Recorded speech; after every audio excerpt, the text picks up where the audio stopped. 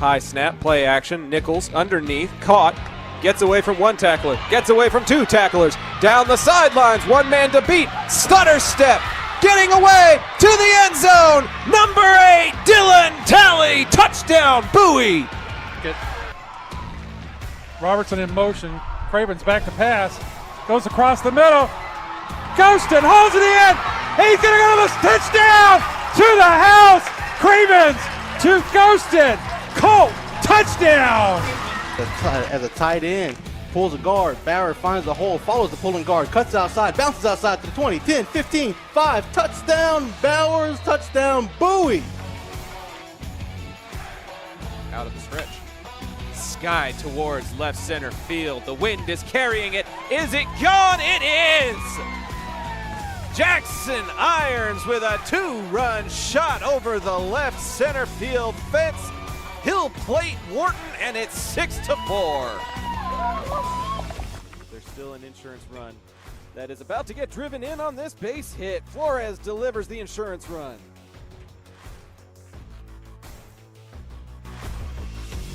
Burkle out of position. They've got to pass, and they've got to go! Patomeco with the pass. Mirario has a bit of a look. Shot on goal, and he gets it in! Two tight end set here as we go to the left-hand side with B.J. Rogers. Rogers is into the second level. B.J. Rogers to midfield. One man trying to catch up to him, but he will not. Number 6 in for 6. That will do it. This broadcast is under intellectual property and may not be repurposed or reproduced without express written consent. Enjoy this presentation from Zach Arnold Productions. Energetic Media Solutions. March Madness playing on your TV sets, but hopefully some high school baseball playing on your phones or devices on the background. It is time for another edition of High School Baseball on Zach Arnold Productions, presented by John Wade Roofing, as Arlington goes eastbound and down Carrier Parkway to South Grand Prairie for this district tilt. The pregame show presented by Chapman Cornelius Insurance Services, Inc. is coming up right after the break. John Wade Roofing is celebrating 40 years serving the Arlington area. John Sr. played for Colt football and was the team MVP in '76. He went on to play for TCU, earning all conference honors. The family has a Colt legacy that spans generations and wants to help your family's roofing needs, plus gutters, painting, solar, and more. For more information, go to johnwaderoofing.com. If you're a small business owner looking for reliable insurance coverage, or perhaps just navigating the complexities of Medicare, look no further. Chapman Cornelius Insurance Services is a family-owned, independent agency with over 50 years of experience, specializing in tailored insurance solutions for small businesses and their owners. Whether you need property, liability, commercial auto, or even life and health insurance, their agents can help you feel secure in selecting the insurance you need. Call April Chapman or Jason Ott today at 817-265-3346.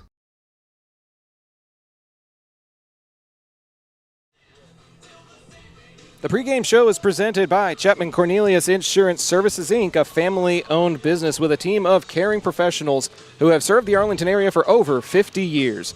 Don't let insurance be a headache. Chapman Cornelius can help you create a custom insurance plan tailored to your small business's needs and budget. Call April Chapman or Jason Ott today at 817-265-3346 or go to www.chapman-cornelius.com. Arlington High doing their warm-ups as we get ready for first pitch here at South Grand Prairie High School, home of the Warriors. Zach Arnold on the call with my partner and Pops, Doug. Pops, Arlington most recently suffered a setback at home against South Grand Prairie. They do have a district win against Halton that happened a week ago, but since then they've taken a couple of blows to the chin and are looking to get some momentum back here tonight. Yeah, I'm glad to be back with my Colts tonight. We're really enjoying broadcasting Bowie High School volunteer baseball, and I've done a couple of games for them recently. It has been since the Danny Bustamonte's gym at Haltom since I've been on the mic for the Colts, and I'm glad to be back tonight, Zach. Yeah, talk a little bit about that perfect game. I got to talk to Jeremiah Taylor on Tuesday about what the atmosphere was like for the players in the dugout. But what was it like for you as a broadcaster when you finally realized you were calling a perfect game? Well, it dawned on me about the third inning, literally, because Bustamante was just mowing them down. I mean, it was strikeout, strikeout, ground out, strikeout, strikeout, pop up. 3 up, 3 down, 3 up, 3 down. And by about the third inning, I thought, okay, I cannot say anything. I didn't even say anything to your mom, who was helping me with the broadcast. About the fifth inning, I started getting antsy. And it was still piling up. 1, 2, 3, 1, 2, 3. And I started giving hints to the fans. I was like, get an idea of what's coming, folks, because we're going to be adding to this every inning. And so we got to that sixth inning, and I was jazzed. I was so excited because I told the fans, I said, okay, paint your own picture here. We've got 3 up, 3 down, no hits, no runs so far in this game. Yeah, I remember hearing that. You know, and I don't even think I said that. I think I said we've just been up and down, and the score is 0. I think you said draw your own conclusions. And I said draw your own conclusions. And, boy, we got 2 strikeouts, and then that pop-up almost caught me off guard because White camped under it and was waiting for it, and as soon as it hit his glove, the place erupted. And I erupted. And you could hear it, the excitement on my end. We were right next to the Colt dugout, and they were just pouring out of the dugout, jumping up and down. The fans were coming by, interrupting me, giving me high fives, wanting to hug and cheer. And it was just a great atmosphere, so much fun. But Danny was on fire that night. He could do no, and the run support. The run support was incredible with a back-to-back shots over the left field fence by Abe Alvarado and London Prater. They were showing some great power that night, but then also just a lot of runners in scoring position brought in with clutch hits. And so it was a magical night. It really was. The Colts are going to be looking to try to capture some of that magic here tonight. Run support was an issue in Tuesday's game. They fell at the hands of South Grand Prairie by a final score of 12-5, and 3 of those runs didn't come until the 7th when there really wasn't much left to fight for. There was players that reached safely in pretty much every part of the Warrior lineup, up and down. And I tried to take some numbers from Arlington High. In the 5 through 9 spots of Tuesday's lineup, they went a combined 1 for 15 in their plate appearances with 7 strikeouts. So the bottom half of Arlington's lineup is going to need to be productive and reach base safely if Arlington is going to have a chance here tonight. What was the condition of the South pitcher? Was he that dominating and stifling those bats that we saw that were so prolific at the game at Haltom? Yes, there was some very solid pitching that took place, and there was some good defense that kind of backed it up a little bit. But as a whole, Arlington just had a little bit of trouble at the plate when they got past the 4 spot. So 1 through 4, they did rather well. 2 for 4, 1 for 2, 2 for 4, 2 for 3. But then after that, it kind of fell off a little bit. So we'll be looking for a complete performance from the Arlington lineup, much like what you saw a week ago against Haltom. Well, and that's the magic of baseball. I mean, you can get drummed in one game and come back. We saw this during tournament season, and come back the next day. You get beat 2 games on a Thursday, and you come back on Saturday and win. Yeah. And so, and I went up and down the line of the boys on Saturday, giving them fist bumps and patting them on the back and saying, "New day, it's a new day," and that's what we've got here on a Friday evening. In South Grand Prairie is a new chance, a new opportunity for those bats to make connections tonight. Arlington comes in with a overall record of 6-10, 1-2 in District 8-6A. South Grand Prairie is 10 wins, 3 losses, and 2 ties with a 3-0 district record. Also with a 3-0 district record are the other team that we cover, the Bowie Volunteers, and they are looking for a 4-0 start tonight as well when they take on the Sam Houston Texans, which is the first game that you covered over on Tuesday. It's interesting having multiple teams that you cover because now we get to provide more immersive coverage for the entire district than what we have previously been able to do here on the Zap Network. Could you indulge me just a little bit about that Tuesday night? First of all, your mom and I were facing gale force winds. I mean, that was an incredibly windy night at the ballpark at Sam Houston.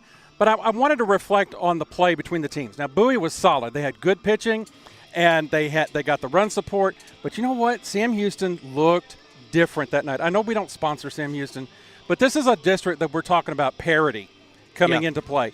And Sam Houston never gave up in that game. in the bottom of the 5th and the bottom of the 6th, they loaded the bases, and Bowie really had to pitch out of a major jam. But a 6-3 score is not what we would have maybe expected from Sam Houston. We saw good pitching. We saw some timely hitting. They got a couple of doubles all the way to the fence. And here's another thing I want to notice. I want to make mention of. The Sam Houston family on that ball field were the nicest people we've run into so far in several years of baseball. They were offering to help us. They were offering us food. They brought us a cupcake after the ball game. They even stayed around and helped us pack our gear and carry it to the car. The people at Sam Houston were super friendly.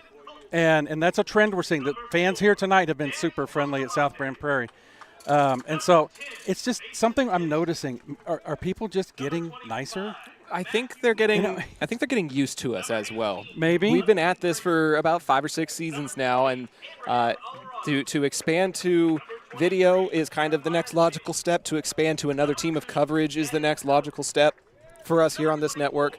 And the added benefit is when you're playing this many games against teams that are within your district, we now get to cover 4 South Grand Prairie games this year instead of 2. We now get to cover 4 Sam Houston games instead of 2. And so the people within the district are coming to recognize us and appreciate the exposure that we're giving to their student athletes as well.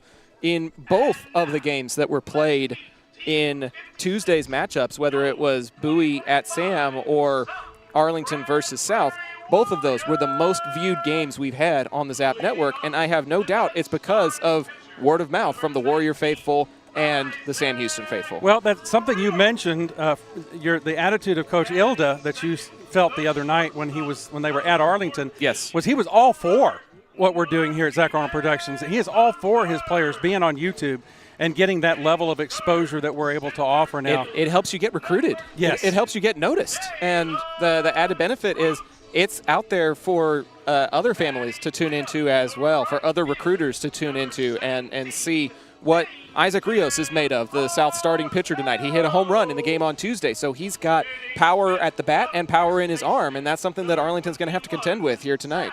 Yeah, definitely so. They're doing all the introductions here. It's kind of fun to see the players line up on the first base line, and the South Grand Prairie players are headed out to their positions. Just a lot of pageantry that is high school baseball. Love Absolutely. And Arlington's in what is probably our favorite uniforms that they have, with the black and green pinstripes that we've got going on. But I think it's pinstripes for the home team as well. So pinstripe on pinstripe action here at Warrior Field.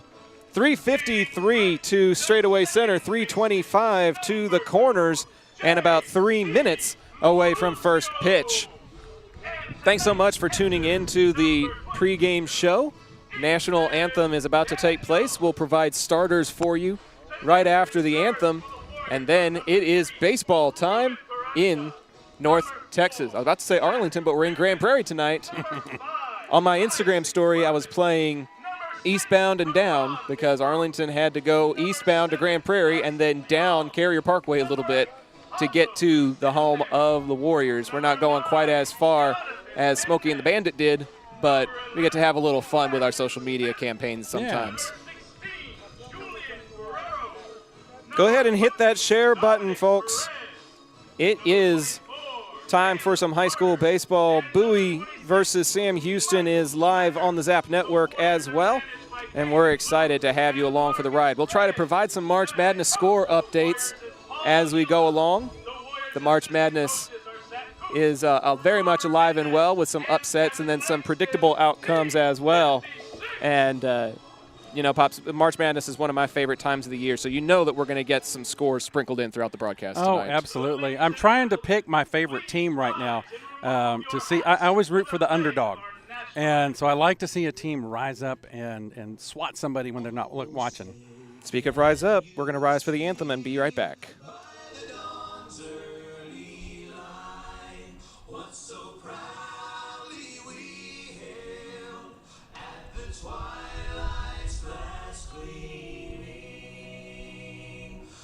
Broad stripes and bright stars through the perilous fight, o'er the ramparts we watched were so gallant.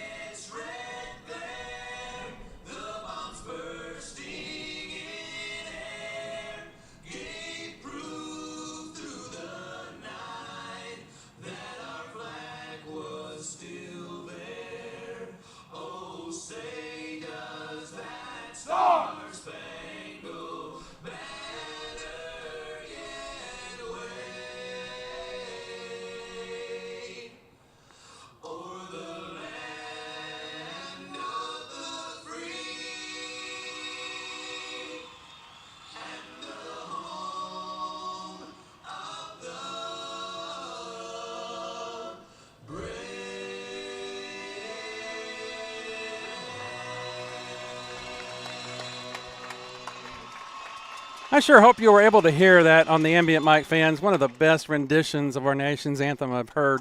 When I was a PA announcer, Zach, I used to always try to find a rendition that had the words of the song. And South Grand Prairie found a really good one tonight. They did indeed. Hopefully, the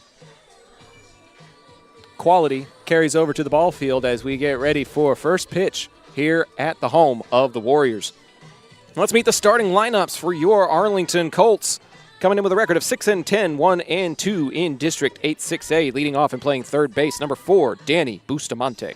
Batting second and playing shortstop, number 10, Mason Hensley. Batting third and playing first base, number 25, Matthew Wynn. Batting cleanup and playing right field, number 18, London Prater. Batting fifth and pitching, number 20, Abe Alvarado. Batting sixth and catching, number 23, Jeremiah Taylor. Batting seventh and playing center field, number 2, Gannon Howard. Batting eighth and playing second base, number 24, Hayden White. And rounding out the order, playing left field, number 5, Axel Alvarado. Defensively for the South Grand Prairie Warriors, Shepler's at first, Lucio is at second, Ramirez is at third, Martinez the third is at short, Ross is in left, Brooks is in center, and Arpero is in right. Being designated hit for and behind the plate is Ethan Daniels. And taking the mound after playing third base on Tuesday, it's number 19, Isaac Rios. Rios on the mound for South Grand Prairie with a season record of 10 wins, 3 losses, and 2 ties, and a 3-0 record in 8-6A. Game 1 was 12-5 in favor of the Warriors, but Arlington defeated South at this ballpark a year ago after taking one to the chin at home. So who knows what can happen any given night in high school baseball, and that is what we are looking forward to here tonight. And big ramifications for the district race going on here tonight as well. As we mentioned, the parity, Martin's lost a game. The only one that hadn't lost a game yet, I think, is Bowie. Bowie and South and Lamar, last I saw, were the only ones undefeated left in the district. Bustamante swings and misses at the first pitch from Rios, and we are underway at Warrior Field.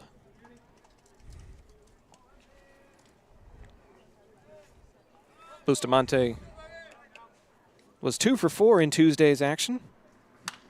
Puts this one up in play. Daniels loses his helmet, going to the SGP logo, and Rios will come off of the mound, calling him off and making the foul out to 1 to start the ball game. Yeah, it looked like Daniels was having trouble actually locating it and overran it a little bit, and Rios came in from the mound and called him off and made the basket catch for the out. That'll take us to the shortstop, and Kansas City, Kansas college commit Mason Hensley. A switch hitter taking the left-handed batter's box as he faces Rios and takes a look at ball number 1 away. Hensley really been playing some great defense for the Colts up the middle at the shortstop position, as well as the bat. He'll take a look at a strike here at the knees to bring the count to 1-1.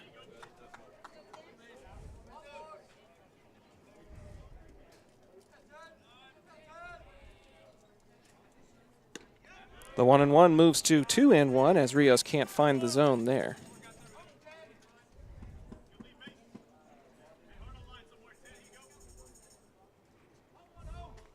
Call comes in. Hensley sends this up the third baseline and towards the parking lot where we parked both of our cars, Pops.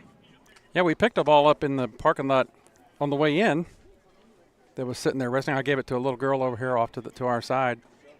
But we don't want any more out there bouncing off the car. How do you explain that to the insurance guy? Baseball size baseballs? Not baseball size hail, as this eyeball high fastball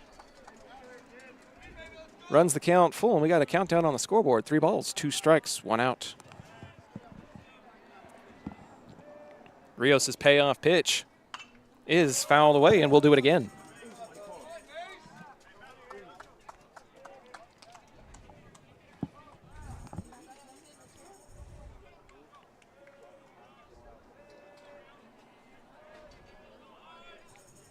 Colts have script green Arlington across the chest as Hensley puts this one in play on a chest-high pitch. Playable for the center fielder, Brooks, and he'll record the F8 for out number 2.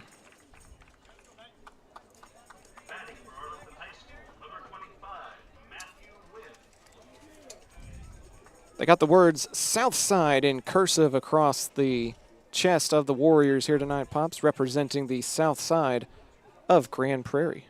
We saw that when we were in Rockwall. Rockwall Heath tends to call themselves the South Side, and they just had the script South on their uniform. Ball 1 to Matthew Wynn, the Division III Austin College commit. Austin College located in Sherman, not Austin. And he'll foul that one into the batter's box, and then it'll go behind him to bring the count to 1-1.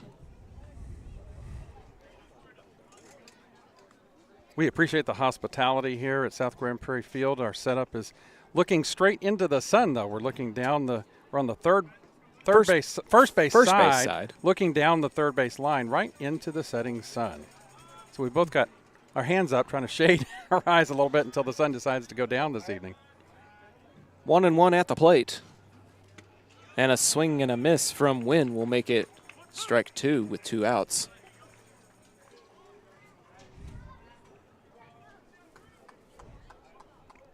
Rios looking for a 1-2-3 half inning. Wynn trying to avoid that.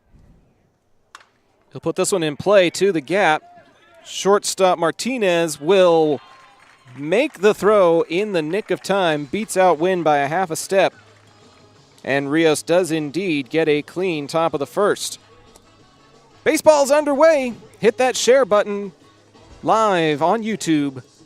It's high school baseball on Zap, presented by John Wade Roofing. It's Arlington 0 and the Warriors coming up to the plate. We'll be right back. If you're like me and need printed materials to get your brand out there to the community, then you need Eka Signs. Conveniently located in central Arlington, Eka features a wide selection of shirts, hats, banners, yard signs, acrylics, magnets for your car, magnets for your fridge, tumblers, A-frames, and more. Call Eka at 817-617-2229 for more information and tell them Zap sent you. Taqueria Taco Express is your one-stop shop for all things authentic Mexican in Arlington and Grand Prairie. And this fall, you'll now have 4 stops to choose from. Visit the new location off 20 and Little Road or any of their 3 original locations and try their $10 Taco Tuesday. It includes 5 tacos and an agua fresca. They also feature new birria items plus tortas, gorditas, and more. Find out just how much more by visiting taqueriatacoexpress.com.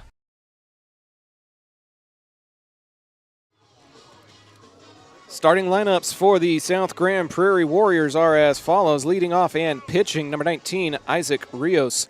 Batting second and playing shortstop, number 14, Robert Martinez, the third. Batting third and playing center field, number 10, Dalen Brooks. Batting cleanup in right field, number 17, Angel Arpero. Batting fifth at first base, number 21, Zach Shepler. Batting sixth, the designated hitter, number 29, Giovanni Orozco. Batting seventh and playing third base, number 12, Juan Ramirez. Batting eighth in left field, number 25, Jake Ross. And batting ninth at second base, number 2, J.C. Lucio. Defensively for Arlington at first base, it's Matthew Wynn. At second base, Hayden White. At third base, Danny Bustamante. At shortstop, Mason Hensley. Axel Alvarado gets the start in left. Gannon Howard is in center. London Prater is in right. And the 2-time reigning District Defensive Player of the Year and Austin College commit Jeremiah Taylor is behind the plate. Taking the mound for Arlington this evening, it's number 20, Abe Alvarado. First pitch to Rios is a chopper up the middle. Hensley plays it on the 3 hops, and the throw to win is in time. All right.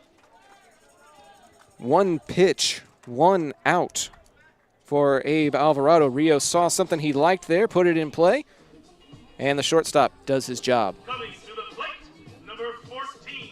Good play there by Hensley, because that ball took about 5 hops getting to him, and for him to play that perfect hop and still have enough of a gun to get it onto first base with the speedy leadoff right guy, that was a good play there by Hensley. Well, before he decided to channel his energy into playing baseball, he was also a quarterback on the football team, so we know he's got an arm. 2 pitches, 2 balls in play. Prairie chasing it in right field, and he'll make the grab for F9 and out number 2.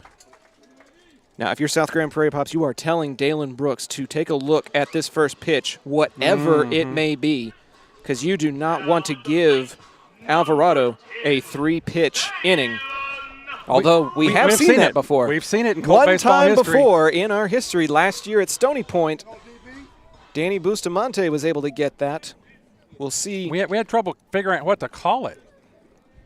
We had to do a little research. Yeah, he took that one all the way. He was taking that one the whole way. Dalen Brooks looks at ball 1. Somebody finally decided on the immaculate inning. Well, I think an immaculate inning is strikeouts, as this one is fouled out of play. I think we decided on miraculous inning. Well, it is a miraculous. It's pretty feat. miraculous when the coaches don't catch it and don't tell the kid to put the bat on his shoulder. I mean, a lot had to go into that as the slider bounces for ball number 2.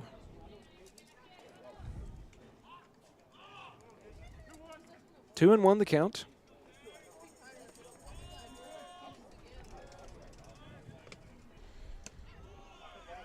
And now it'll be 3 and 1 as that one goes across the plate, but it goes below the knees of the center fielder, Brooks. Donna Nipper in the chat on YouTube saying, "Kick 'em Colts." Thanks so much for tuning in. The 3-1 home, and he lost him. That's ball 4, and Brooks will be the first base runner of the ballgame. That'll take us to the right fielder, Arpero. Coming to the plate, number 17. And we'll confirm. Angel Okay, so they did pronounce it Angel here at the stadium, although Angel is probably acceptable as well, I would imagine. Wins covering Brooks over at first base. 2 outs to the righty hitter, who takes a look at ball 1. Need to find the strike zone here, AB. AB on the mound, Axel in left field, a couple of Alvarado cousins getting the start for the Colts tonight. Check down is way too high. Nice thing that Matthew Wynn is so tall over there. I was about to at first say, base. it's a good thing that he's as tall as he is. He's 6 foot or well over and was able to make that snag so it didn't turn into an error. AB delivers home. And it's a good dig by Jeremiah Taylor. The backstop here is deeper than what we get at Arlington High, but not as deep as some other ballparks in the district. But given the speed that South Grand Prairie has, if it got past JT, it would still be enough to do some damage. 2-0. In play, headed for the right center field gap. Gannon Howard's on his horse, and he's not going to catch up to it. Bouncing off of the wall, he'll make a long throw. Brooks is rounding third. The throw is not going to be in time as it bounces in. And Southside claims the first run of the ball game on the RBI double by Angel Arpero. Now batting for the Warriors, number 21. It's almost like a announcer's prediction. You talk about the speed on the base paths, and all of a sudden a double produces the first run of the ball game. Well, it's 1-0 South Grand Prairie. That was a powerful hit that was perfectly placed right between Howard and Prairie.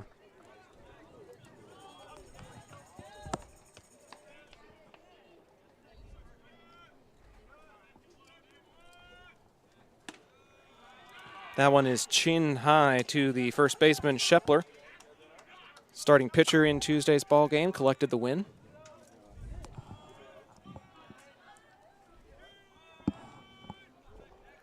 Got a 1-0 count here with a man in scoring position. And he'll take a look at 2 balls, this one low and inside. Take a breath, you got it.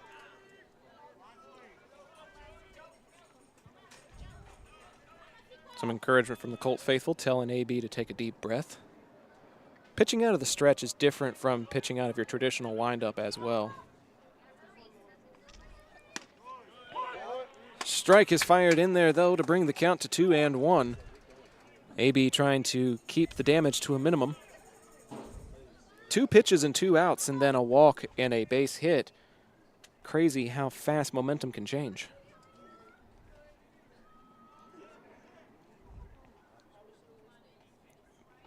The 2-1.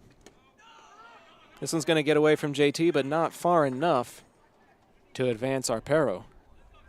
He'll stay put, and it'll be 3-1 at the plate.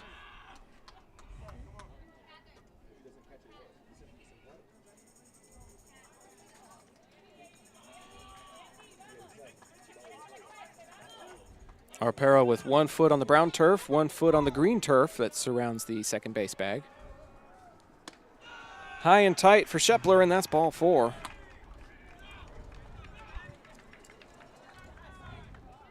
And that will prompt Coach Heath Crosno to come out and have a conversation with his pitcher and his infield.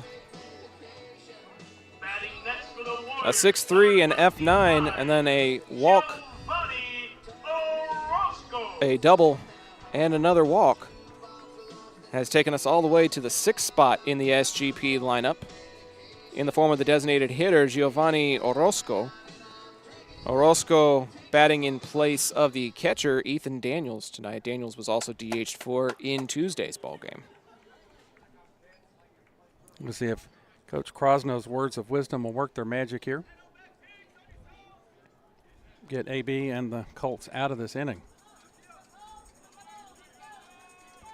2 on and 2 outs for the designated hitter.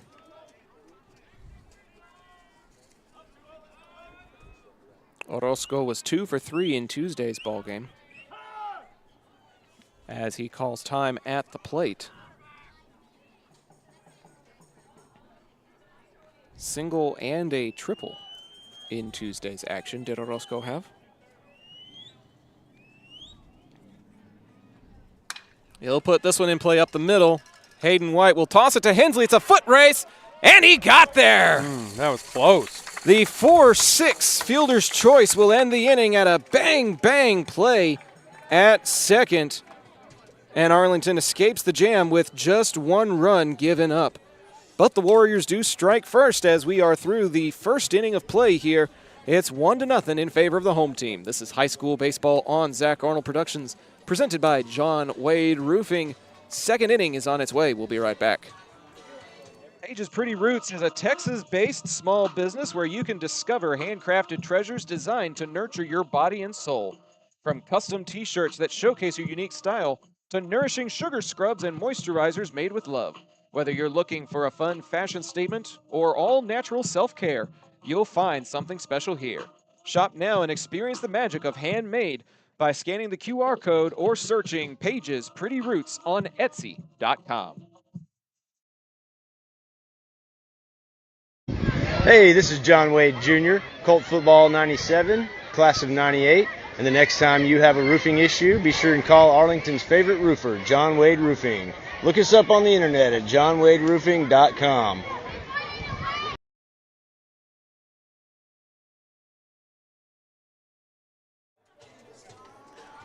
Welcome back to the top of the second inning. South Grand Prairie 1, Colts 0. Coming up to bat here in the top of the second.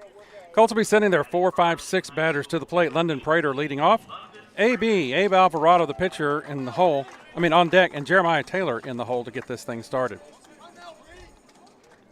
London Taylor playing right field for the Colts tonight. Prater. That's what I meant. What did I say? Taylor. Well, he's in the hole. He's playing somewhere. Rios winding his first delivery. Right at the knees for a called strike 1.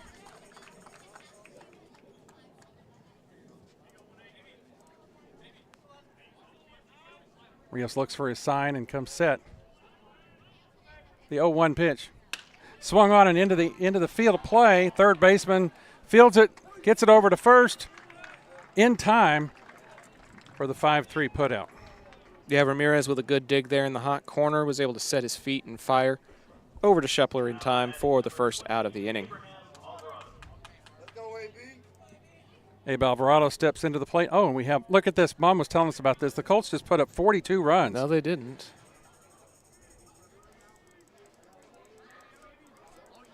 The score bug has been acting crazy the last couple of games. Strike 1 is called at the plate as we adjust what happens here. That's what you get when you pay for a free program. Pay for a free program? Well, First pitch, a strike. You get what you paid for. The 0-1 pitch to Alvarado. On that outside corner, strike 2 looking. 0-2 to Abe Alvarado against his pitching counterpart, Isaac Rios. The delivery. Swung on, bat on ball out to shortstop. Martinez gets it, throws it to first.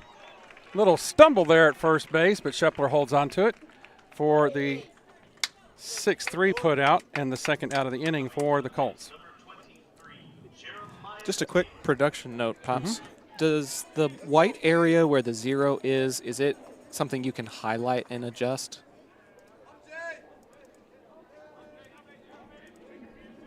We'll have to find out, because I hope we don't have to click one by one all the time. We'll find out. First pitch hitting foul to the left side by Jeremiah Taylor. 1 strike. So do you mean like do it like if I'd hit? If you click in that area and then try to put the number in. Nope, nothing. Doesn't look like It's the arrows. It's the up and down arrows. Maybe it would be easier to hit reset runs then and just add back whatever the score actually is. Could do that. Jeremiah Taylor puts it in play. Ray Allen's first base, headed to second. The umpire calls the ball fair, and Jeremiah steams into second base with a double. That ball was hit sharply down the left field line. And then it bounced in front of the left fielder, Ross, I believe. So it was kind of in no man's land, and he just kept running, which is exactly what you're supposed to do. So runner at second base now for the Colts and 2 outs. That'll bring up Gannon Howard, center fielder. Gannon has shown some power so far this year, especially over that left field fence. See if he can just put bat on ball here and even this thing up. Should he get the chance, Hayden White's in the on-deck circle. First pitch to Howard is a called, strike 1.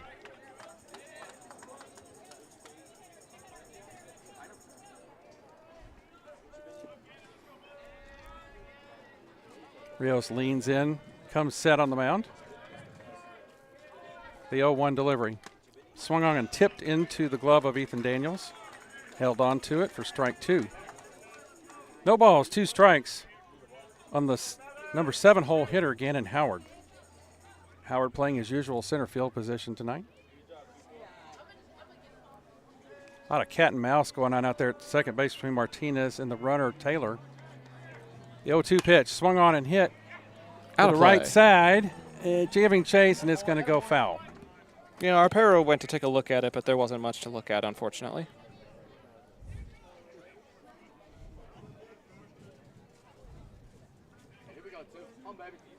Everybody gets reset.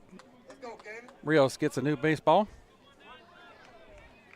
And we're ready for another 0-2 pitch to Gannon Howard. Swung on and fouled at the plate. Count will remain 0-2. It's a good job defending the plate there, trying to keep the at-bat alive. Offers at something in hopes that maybe he can get better bat on ball for the next pitch. Umpire gets a new set of baseballs as we fouled several off here. No balls, 2 strikes, 2 outs, a runner at second. Not much wind to speak of either. Nope, not tonight. The 0-2 pitch from Rios. Swung on and hit to short. Deep in the hole. He grabs it, throws it onto first, gets it there in time to retire the side. Good play there by Robert Martinez. Gets it over to Shepler, and the Colts get to scoring position, but no further. We'll see what they can do as we head to the bottom of the second inning. Can we keep the score what it is? We'll find out in about 1 minute's time. This is High School Baseball on Zap, presented by John Wade Roofing. We'll be right back. Hey, Arlington residents, if you're like me and tired of rising insurance rates, then it's time to make the switch to Chapman Cornelius Insurance Services. Since 1984, they've been your trusted local insurance experts, offering competitive quotes for all your needs. Auto, homeowners, umbrella, renters, boats, and even classic cars. Why settle for less when you can get the best? Compare coverages today and see how much you can save by visiting chapman-cornelius.com. Chapman Cornelius, your local insurance partner since 1984. Taquería Taco Express es la taquería oficial de Zach Arnold Productions. Extraordinaria y auténtica comida mexicana, aquí encontrarás el mejor menú para el paladar más exigente. Puedes visitarlos en una de sus 3 sucursales ubicadas en Arlington y en Prairie. No te pierdas de su grandioso especial todos los martes, Taco Tuesday, de 5 tacos y un agua fresca por solo $10. Para encontrarnos o hacer un pedido, visítalos a su página web taqueriatacoexpress.com. Welcome back to live action from South Grand Prairie, the campus of South Grand Prairie High School. The bottom of the second inning, and the Warriors will be sending up to bat their 7, 8, 9 batters. Juan Ramirez, the third baseman, will be leading off. Jake Ross, the left fielder, is on deck. And J.C. Lucio, the second baseman, will be in the hole to start this inning. Abe Alvarado on for his second inning of work. Warriors 1, Colts 0 early in this ball game. Text your friends, text your families if you weren't able to make it out here to South Grand Prairie tonight. Tune in to youtube.com/@ZachTheVoice, Z-A-C-H, The Voice, and catch all the action. We are on the first base line, bringing you pitch-by-pitch live account of this ball game. Big district game between the Warriors and the Colts here tonight.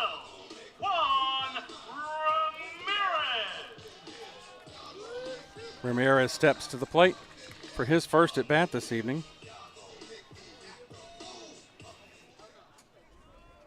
Sun setting here at South Grand Prairie Field. Abe Swine in his first delivery. In there for a called strike one.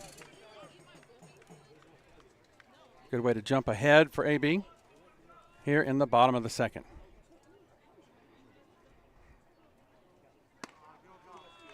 That 0-1 pitch is a little high for ball one. Ball one, one strike to the first batter here in the bottom of the second inning.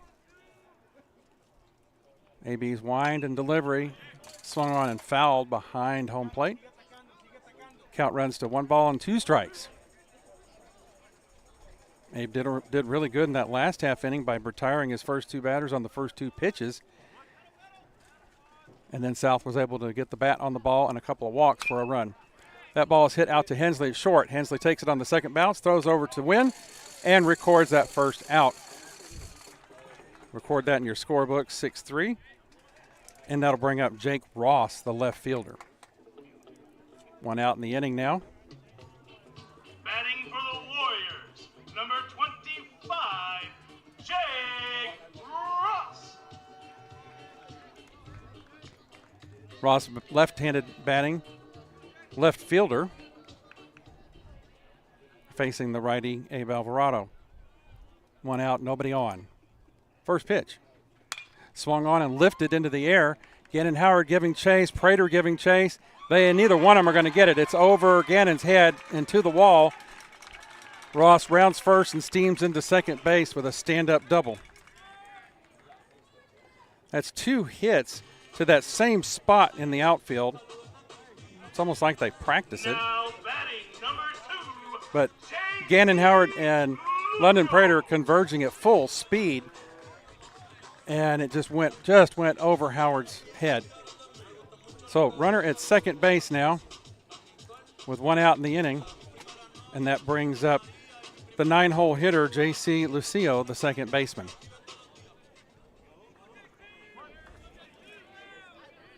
AB pitching from the set position now. Takes a look at Ross out at second base and comes home. Bunt down the first base line. Wynn and nobody covering first base. Wynn and Alvarado collide in no man's land off the mound, and then nobody was covering first base. So the no sacrifice needed on that base hit. And that pushes the runner Ross over to third base and just 90 feet away.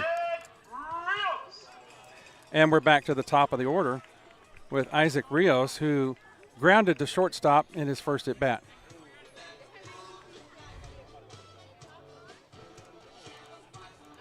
Runners at the corners with only 1 out here in the bottom of the second inning. Rios settles in. Swung on and fouled at the plate. Strike 1.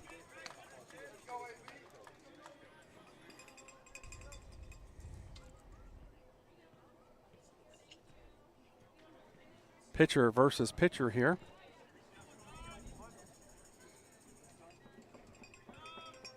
Alvarado, the 0-1 pitch.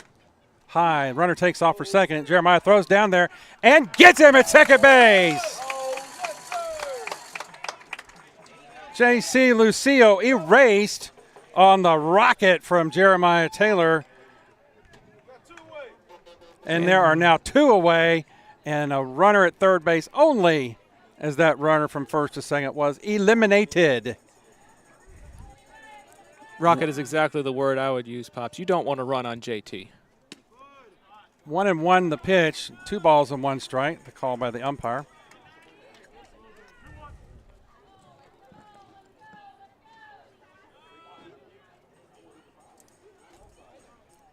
Rios, Abe with the 2-1 pitch, down low, 2 balls and 2 strike. 3 balls and 1 strike, sorry. 3 balls and 1 strike to the batter, Rios. Sun almost going below that building out left field, Zach. And then I'll have to go back and adjust the camera again. 3-1 delivery. Down and low. Walked him. Third walk issued in 10 batters faced by Abe Alvarado. Having a little trouble finding the strike zone consistently. Number 14, Robert Martinez. Courtesy runner going to be coming in for the pitcher Rios. Running number 6, Teron McGrew. Teron McGrew got a start in Tuesday's action. Will be a courtesy runner for Rios here in this one. Robert Martinez up to bat now with 2 outs and 2 on. Runners at the corners. 2 outs here in the inning. Martinez fly to right field his last time out. Throw over to first base. McGrew is back easily. Slides, but doesn't get his uniform dirty as this is an all-turf field here at South Grand Prairie. Turf field, turf backstop, turf warning track, turf pitcher's mound. Makes the cleanup easier when it's time to go home, though. First pitch to Martinez. Strike called at the plate. It's a good bounce by Taylor, chasing McGrew back to first. Well, you know, Taylor's already nailed one going from first to second this inning. I'm not sure they'd be wise to try it again. Or be very wise to get too far away from first base. That too. Abe set the 0-1 pitch in the dirt, gets away from Taylor, and the runner's going to make it stay right there at first base. He stays put. Well, Martinez put his hand up along the third baseline trying to keep the runner at third, and that same signal probably just kept McGrew where he was as well. Yeah, Martinez could see the ball was rolling around right at the catcher's feet and telling that runner not to come home. Nevertheless, it's a 1-1 count. Throw over to first base again. This time a courtesy tag applied by Wynn, but McGrew is back safely.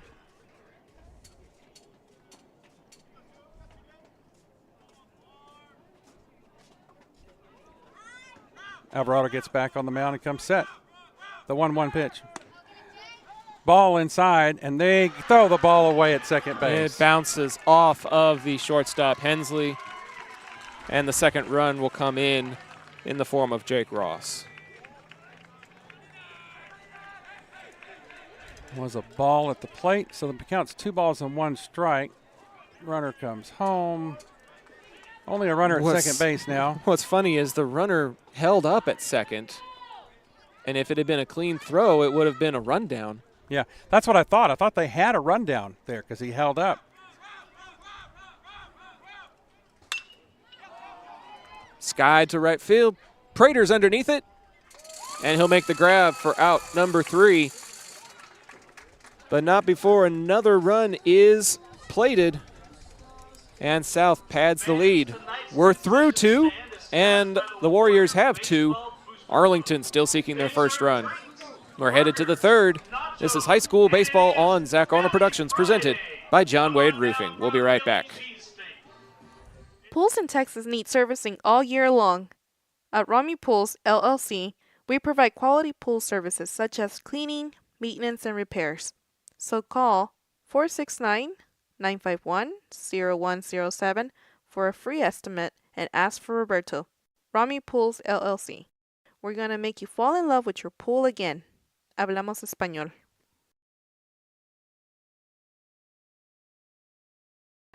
PDA Advocacy Group would like to remind you that autism is a wide spectrum of neurological differences and it's on the rise, now affecting 1 in 36 Americans and more cases found in males. Those with autism have trouble with social interactions, communication, and can engage in repetitive or self-harming behaviors. While the causes of autism are still being researched, we can begin to learn more by visiting nationalautismassociation.org.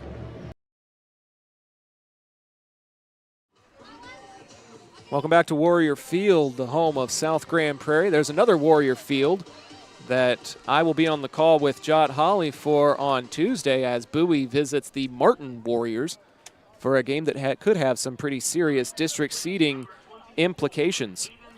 As it is, it's the top of the 3rd inning here as Hayden White leads things off. He'll be followed by the 9-spot hitter Axel Alvarado, and then back to the top of the order in Danny Bustamante. Fans, the 3rd inning is presented by our friends at Ika Signs, located in the heart of Arlington. They offer same-day production on certain rush orders and offer a wide catalog of custom print materials. Call 817-617-2229 to find out how Ika Signs can help your brand's visibility.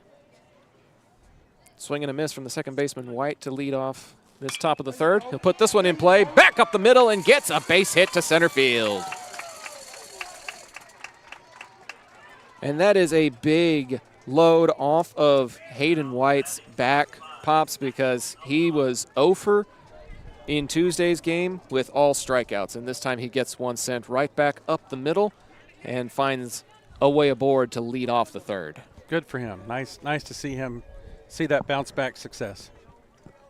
We'll see if the 9-hole hitter Axel Alvarado squares up to bunt. He does. It's up the baseline. Rios' only play is to first, and the throw is wide. There goes Hayden White to 3rd, and everybody is safe. Runners on the corners to lead things off for the Colts. That's going to be an E1 on the throw by Rios, pulling Shepler off of the bag. Alvarado's safe at first. White makes it to 3rd, and the Colts' first run is just 90 feet away. They are in business with the top of the order now coming up to bat in Bustamante.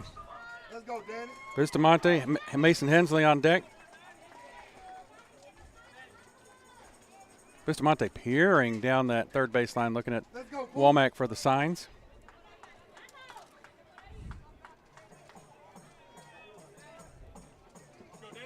Axel safe at first. Shepler covering in there. White just a few feet off of 3rd base.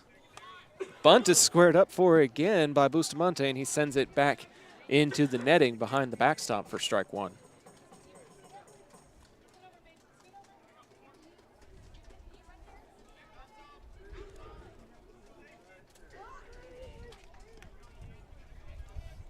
Oh and 1 with nobody out for the 3rd baseman. Right foot in the corner of the front side of the backstop. Check down over to first. Courtesy tag applied. Alvarado's back in time. Axel, pretty modest lead off of that first base area. Not even on the lip of that brown turf. Barely on the lip of it. Pitch call comes in to Rios. The 0-1 home. Bunt again in the air, and it'll go foul out of play for strike 2. That one was bunt popped up into the air. Very dangerous. When it has that much hang time, there's a lot of opportunity for athletes to come and make a play on it. And now Bustamante will have to defend the plate with an 0-2 count. Not very likely you see a player square up for a bunt with 2 strikes, as you don't want to risk striking out if you foul it again.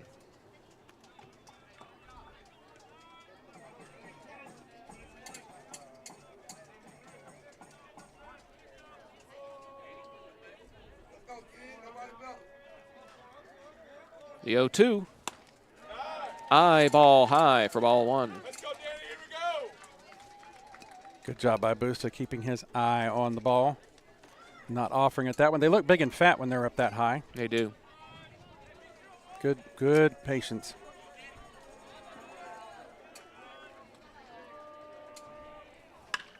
This one's in play. That's a base hit to left field. Into the coffin corner. White's going to come in to score. Alvarado is headed for 3rd. He'll stop there, and it's an RBI double down the left field line for Bustamante.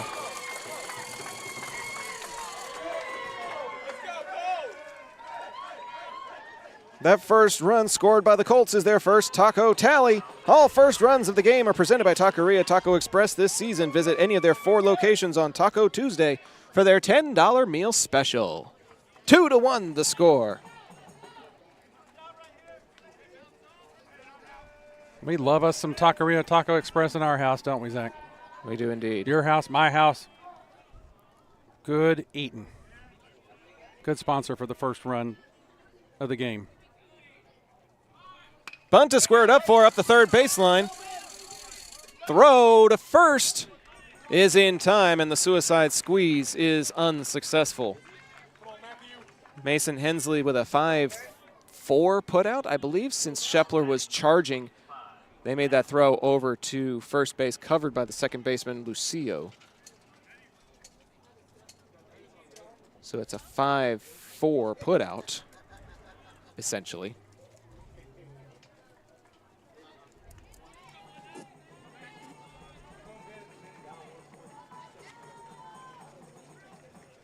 Runners on second and third for Arlington with 1 out now.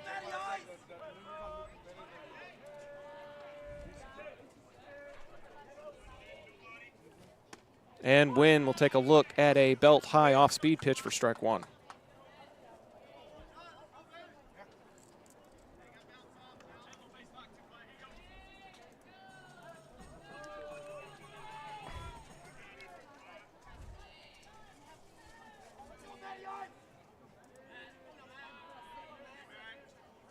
Rios is 0-1. Chop foul to make it 0-2.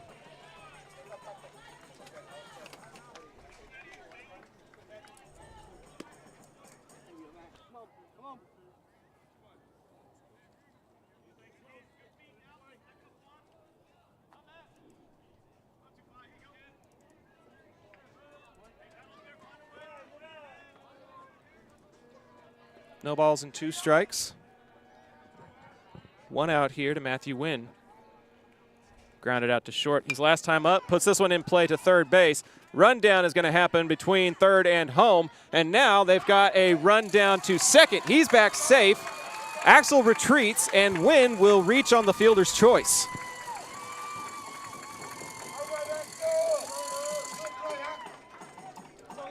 Some solid base running there. And the bases are full of Colts now with 1 out.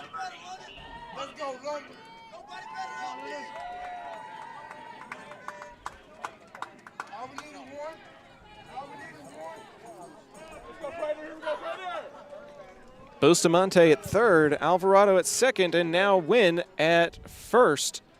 Here in the top of the third, Arlington making a little bit of noise with 1 out. London Prater to the plate. Fastball at the knees, strike 1.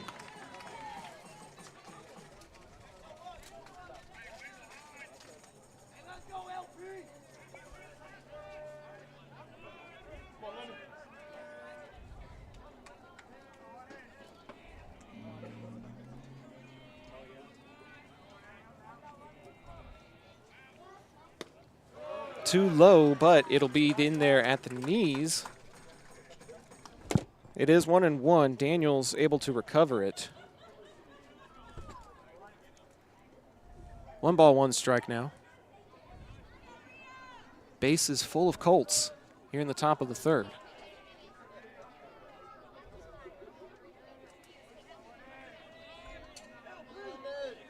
Rios.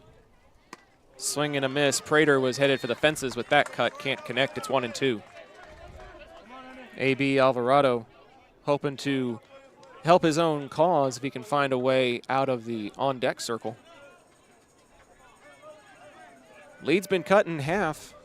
It's 2-1. Can the Colts tie it up here? The 1-2. Check swing. Bounces in at the feet of Daniels, but does not get past him. Bustamante will stay put and has 2 balls and 2 strikes now to Prater.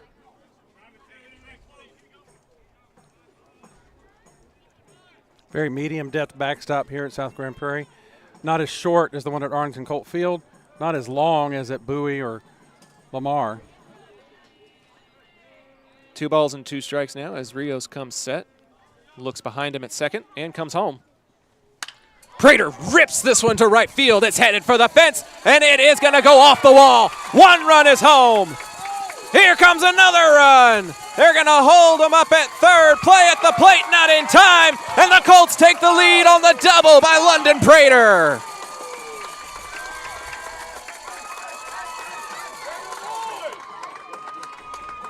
Three to 2 Arlington, still just one out here in the third.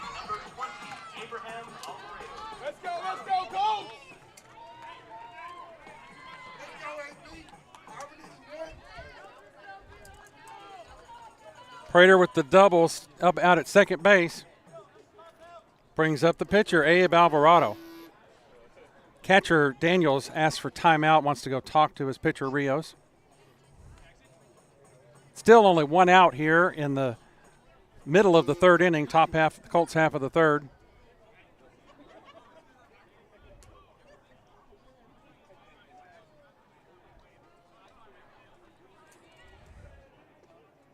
Matthew Wynn over at third base, London Prater at second base as the Colts plate 2 on that Prater hit to right center field.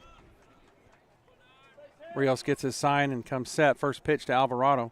Swung on and hit to shortstop. Diving shortstop, eats the ball, and the Colts will score another run.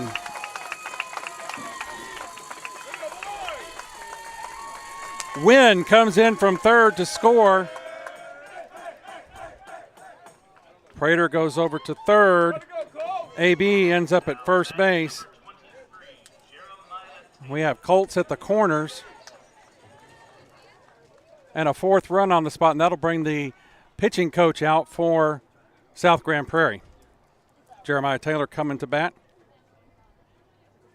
Big conference on the mound here as the Colts have runners on the corners with only one out here. 4-2 in the top of the third.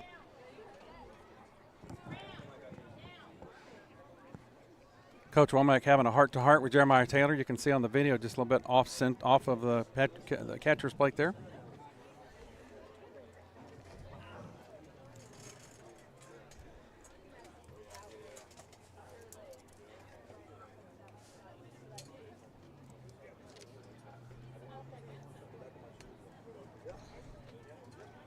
That last hit by Abe Alvarado was a line shot that the shortstop Martinez had to dive for, but he was flat. He was prone, flat on the ground, and couldn't get up and throw the ball anywhere, which is why Alvarado takes up the base hit at first base. That was a shot. I mean, it wasn't an error on the shortstop. It was a good, clean, hard hit in the infield, and that'll bring up Jeremiah Taylor now with the bases first and third.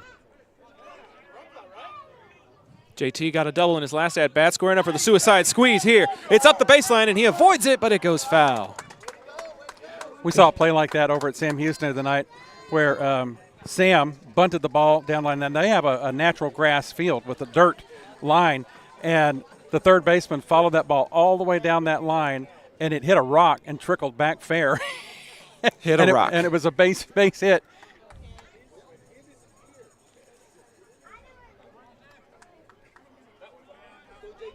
Nothing in one the count to JT. He's got a lot of speed, though. We'll see what he does. He'll pull back and foul that one straight back, and now it's 0-2. JT does swing for power. We've seen him hit a couple of good, strong doubles to the fence.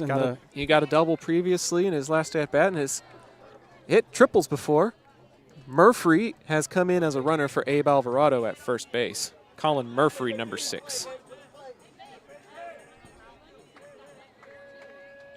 Prater, the runner at third. He'll square up for the bunt, pulls back, hit and run, and it'll be fouled into the batter's box. Murphy will have to go back another 90 feet, and we'll do it again with another 0-2.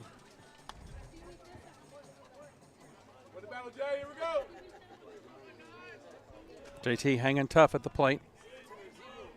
Get another shot here at the 0-2.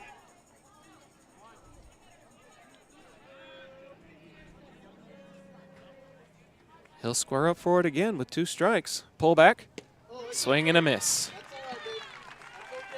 And that will be the first strikeout of the evening issued by Isaac Rios.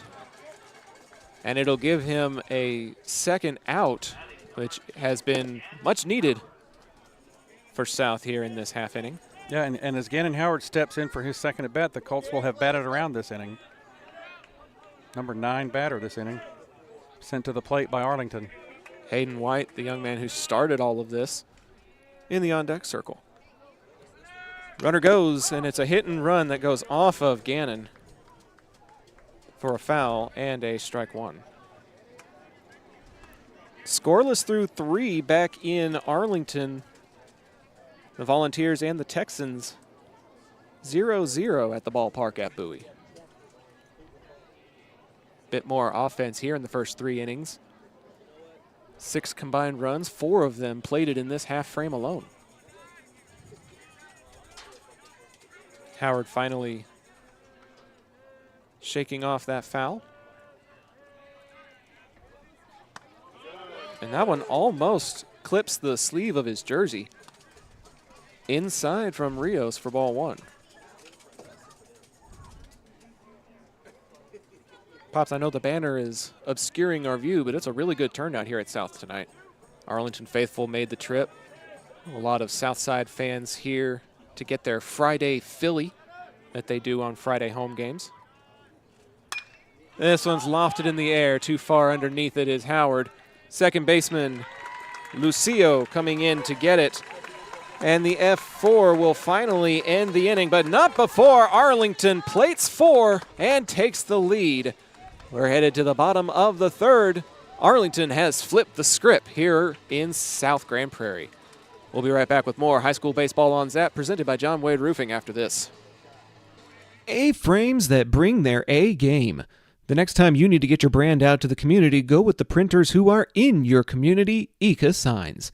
With everything from wall signs to banners, printed tees to hats, Ika can even do same-day rush orders on select products. Visit ikasigns.com/shop to see their full list. That's ikasigns.com/shop. Ika Signs, a partner of Zach Arnold Productions.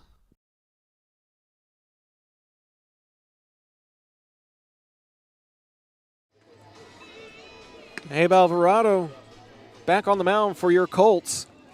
Working with a lead here in the bottom of the 3rd this time, Pops, instead of having to pitch from behind like he had the last couple of innings. Yeah, the Colts throwing several hits together to give him some run assurance on the board to get some little backing. I think that does help the pitcher's mindset. Oh, absolutely. And it's timely hitting, too, because Arlington got some hits late in the ballgame when they were trailing South in Tuesday's ballgame.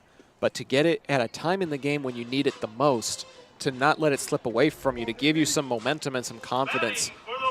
And this is something that we have noticed from this Arlington High lineup. When they hit, they often can hit in bunches. They feed off of each other's energy, as you saw right there with 9 players making their way to the plate in that 3rd inning of play. Dalen Brooks leads things off. It'll be the 3, 4, 5 spots for Southside. Arpero and Shepler, the other 2, guaranteed an at-bat this inning. Brooks takes a look at strike number 1 here from Abe Alvarado. Playing center field this evening. Got a walk and scored a run in his last appearance. He'll take a look at ball 1 at the ankles here. I can finally see the field a little bit better, Pops, now that the sun has gone behind the horizon. As Brooks fouls this one back. And it'll be a ball and 2 strikes.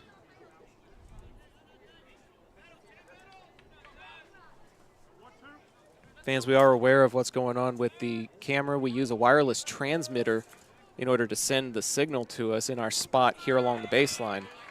And there are times where the signal isn't always consistent, so we appreciate your patience as Brooks takes a look at ball number 2.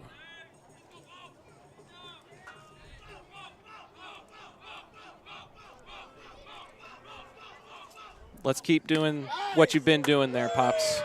Keep trying that. Let's keep deactivating and reactivating as ball 3 goes into Brooks. We'll try to bring you some radio-style action in case you're not able to see what's going on. Payoff pitch, 3-2 count. And the curveball catches for a called strike 3. Brooks was ready to go to the dugout, And Alvarado records his first K. Make sure it's plugged in. Coming to the plate, number 17. So that'll take us to Angel Arpero. Pops the voice turning into Pops the producer while I try to troubleshoot and do some play-by-play. Arpero swings and misses at the first pitch he sees.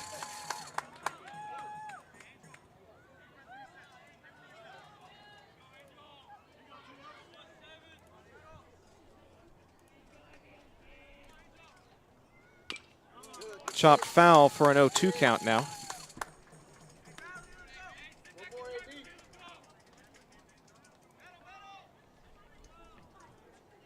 Arpero with an 0-2.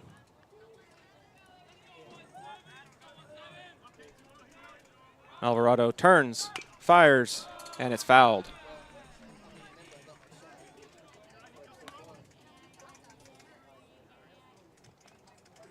Oh and 2 with one out here as we continue to work on our video feed. 0-2 from AB is low and away for ball one.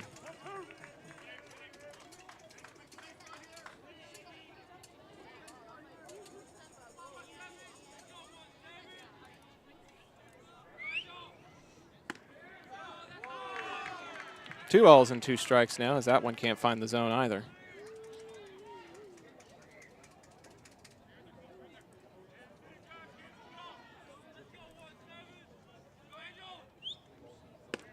Called strike three. AB gets another K.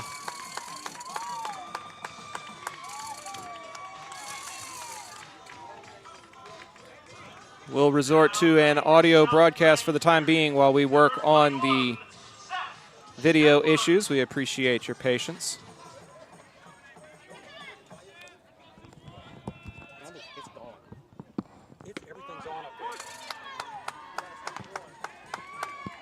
Strike one is issued from Alvarado.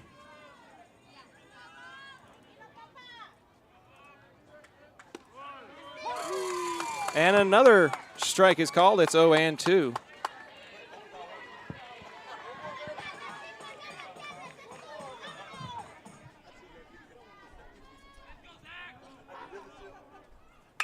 This one's in play to the shortstop. Hensley will field it on two hops, and the 6-3 will end the inning. We'll keep troubleshooting. Thanks for your patience as we bring you more high school baseball on Zap, presented by John Wade Roofing.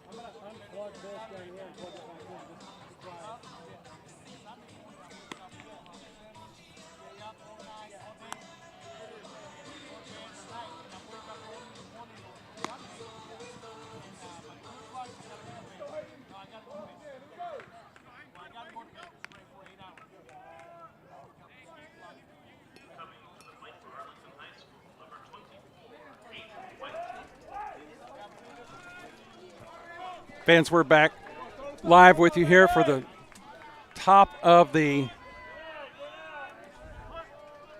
fourth inning. Experiencing some difficulties with our video right now. We're going to give you an audio-only broadcast as best we can.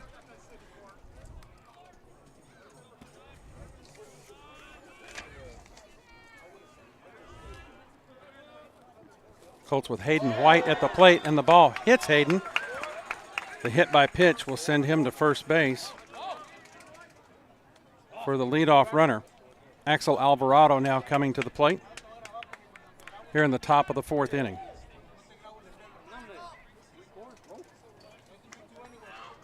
One runner on. Colts up 4-2 here in this critical matchup.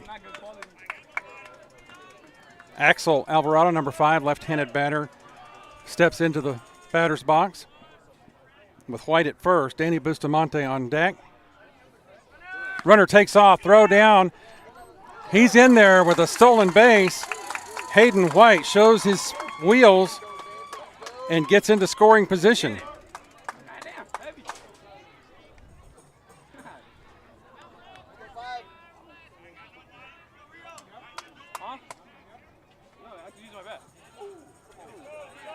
Taqueria Taco Express is your one-stop shop for all things authentic Mexican in Arlington and Grand Prairie. And this fall, you'll now have 4 stops to choose from. Visit the new location off 20 and Little Road or any of their 3 original locations and try their $10 Taco Tuesday. It includes 5 tacos and an agua fresca. They also feature new birria items plus tortas, gorditas, and more. Find out just how much more by visiting taqueriatacoexpress.com.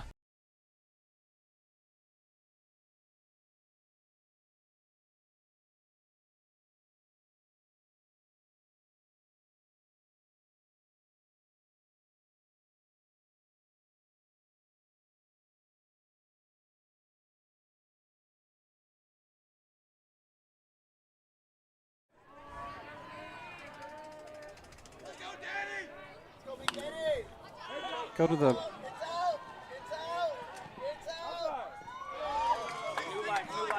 foul ball at the plate.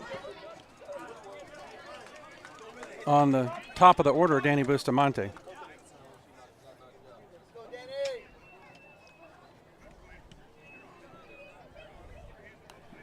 Axel Alvarado at first base.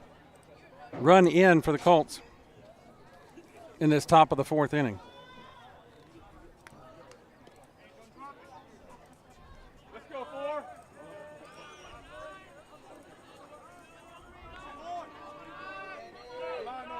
Rios gets back on the mound. It's an 0-1 count on Busta. The pitch swung on and lofted to left field. It's a long shot out there. And it's over the fence! Danny Bustamante takes that one yard to put 2 more runs on the board for the Colts. Zach, that was a moonshot, a huge, high, arcing ball that we're all waiting with bated breath, and that ball just slips over the outfield fence. Bustamante plates 2 more runs as Arlington goes up 7-2 with the 2-run shot by Danny Bustamante.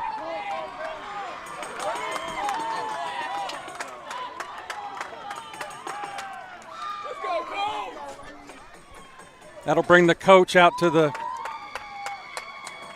question the umpire about something on that certain play. Not sure exactly what they're talking about as we put the home run on there for Busta, and the Colts have 3 runs across here in the top of the 4th inning. Now the field umpire is going to consult with the home plate umpire as there's a little meeting of all the infielders on the mound, and Coach Iselda comes over and talks to his infielders. The home plate umpire, the field umpire makes a call of safe, indicating that whatever Coach Iselda was asking about is not valid.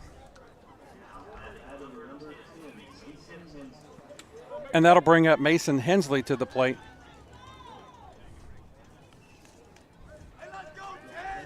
Coach Yelda returns to his dugout, and we're ready to play again here. New batter in Mason Hensley takes the first pitch for ball 1.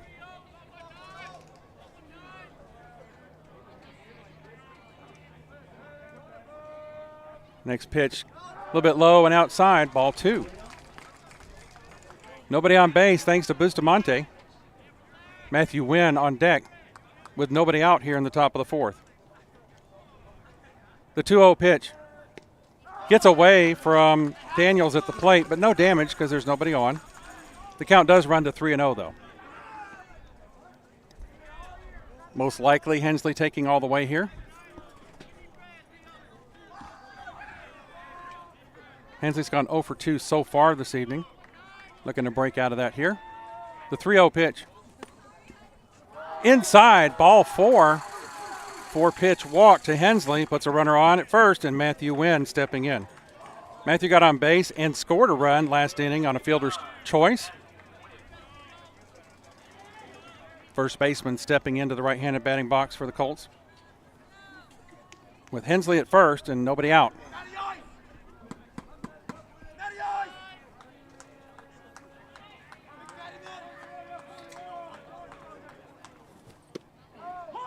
First pitch to him is a curveball called strike 1.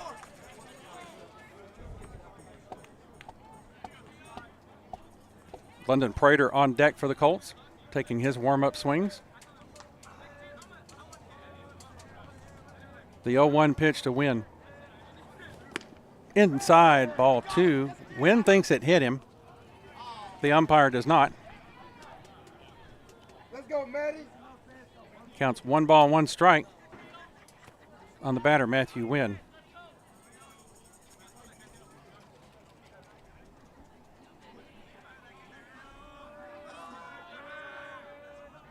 Rios comes set. The 1-1 pitch is swung on and hit to second base. He bobbles the ball. He boots it there at second base, does J.C. Lucio, and all hands are safe. I got to give him an error on that. He got to it, and he got the ball in his glove, and then he booted it. So Hensley aboard on the E4. He is the runner at first base. Wins at first on the E4. Hensley got down to second base after walking. So Colts at first and second base here. London Prairie stepping in. London got a double his last time up. Called strike 1. London hit a shot to the right center field wall. Went just over the center fielder's head and hit the base of the wall.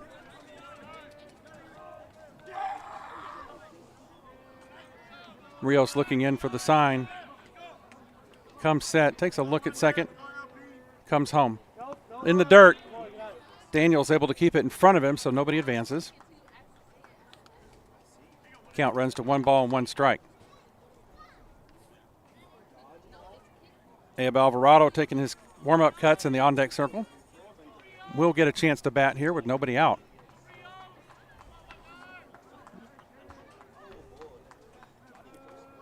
Rios comes set on the mound. The 1-1 delivery. At the corners, the corner and at the knees for a called strike 2. 1 ball and 2 strikes on the batter, Prairie.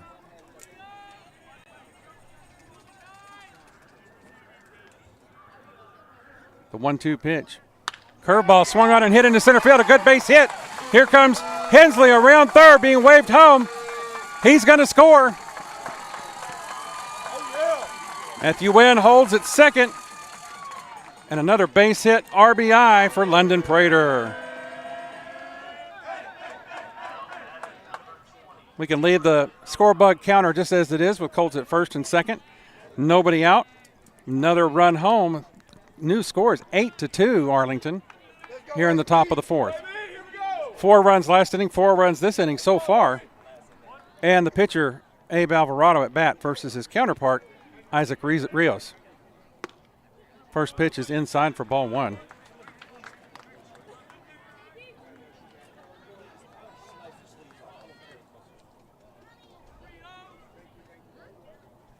Wynn at second, Prairie at first. The 1-0 pitch. Off-speed pitch catches that outside corner for a called strike. 1 ball, 1 strike to Alvarado. AB, as the guys call him.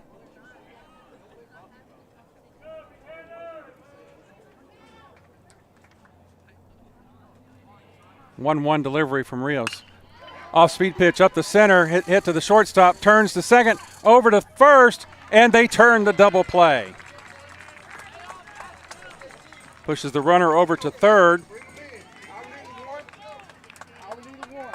Prairie out at second. Abe out at first on the double play. So suddenly there's 2 outs in the inning. And Jeremiah Taylor up to the bat. Taylor with a double earlier this evening. Good swing. He was swinging for the fence again on that one. Strike 1. 2 outs now with a runner at third.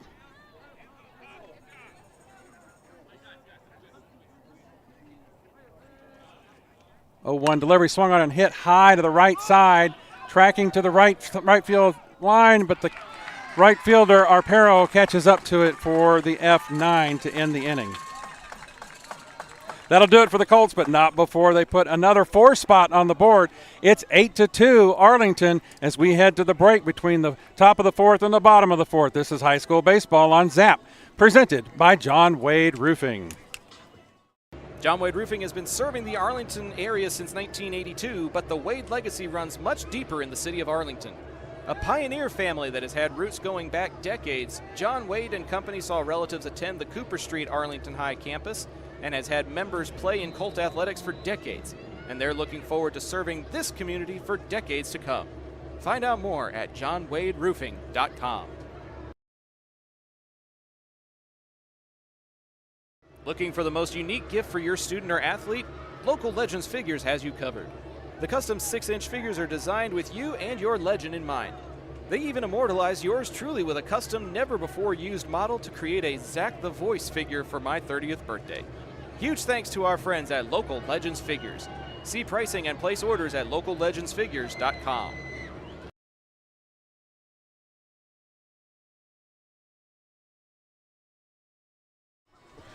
The 4th inning stretch is presented by Taqueria Taco Express. Featuring a wide, authentic menu, Taco Express can solve any Mexican food craving. Order online to collect points for free food or get 5 tacos and a large agua fresca on Taco Tuesdays for just $10. All right, Zach, back to the bottom of the 4th inning here. I just lost a piece of paper in the wind. Gone with the Wind is that lineup for Arlington. Coming up to bat for South Grand Prairie in this half inning.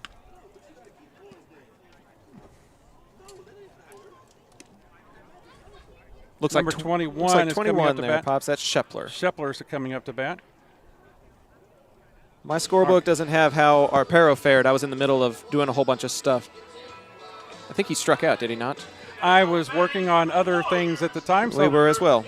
That's okay. We've got everything back working, though. That's the main thing. It looks like the stream is back up and running. We thank you all for your patience as we had to troubleshoot technology. This is our first season doing video coverage of anything high school baseball related, so you're bound to have a few bumps and bruises along the way sometimes. Very unfortunate that we weren't able to show you Bustamonte's home run, but Pops with a great call as Busta able to put the Colts ahead even further. Quite a contrast from the bats on Tuesday. Second pitch from Abe Alvarado's in the dirt. 2 balls, no strikes to the leadoff batter, Zach Shepler. Giovanni Orozco is the DH. He's on deck. Juan Ramirez, third baseman, is in the hole to start the Warriors off this half inning. The 2-0 pitch from Alvarado. Ooh, he thought about it, but he held up, and the umpire called it a ball, so it runs 3-0 on the leadoff batter, Shepler.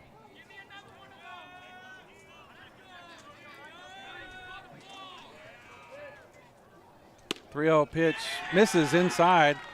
4-pitch walk to the leadoff batter. And technically, Shepler doesn't have an at-bat appearance. Both times he's come, he's walked his way aboard. Pops a little bit of a stunner on our other broadcast on the Zap Network. Sam Houston 2, Bowie nothing as they head to the bottom of the 5th inning. Oh, that was Orozco. Got my batters mixed up. Orozco's at first. Juan Ramirez steps in now. Okay, so we missed what happened to Shepler during the last half inning as well. Yeah.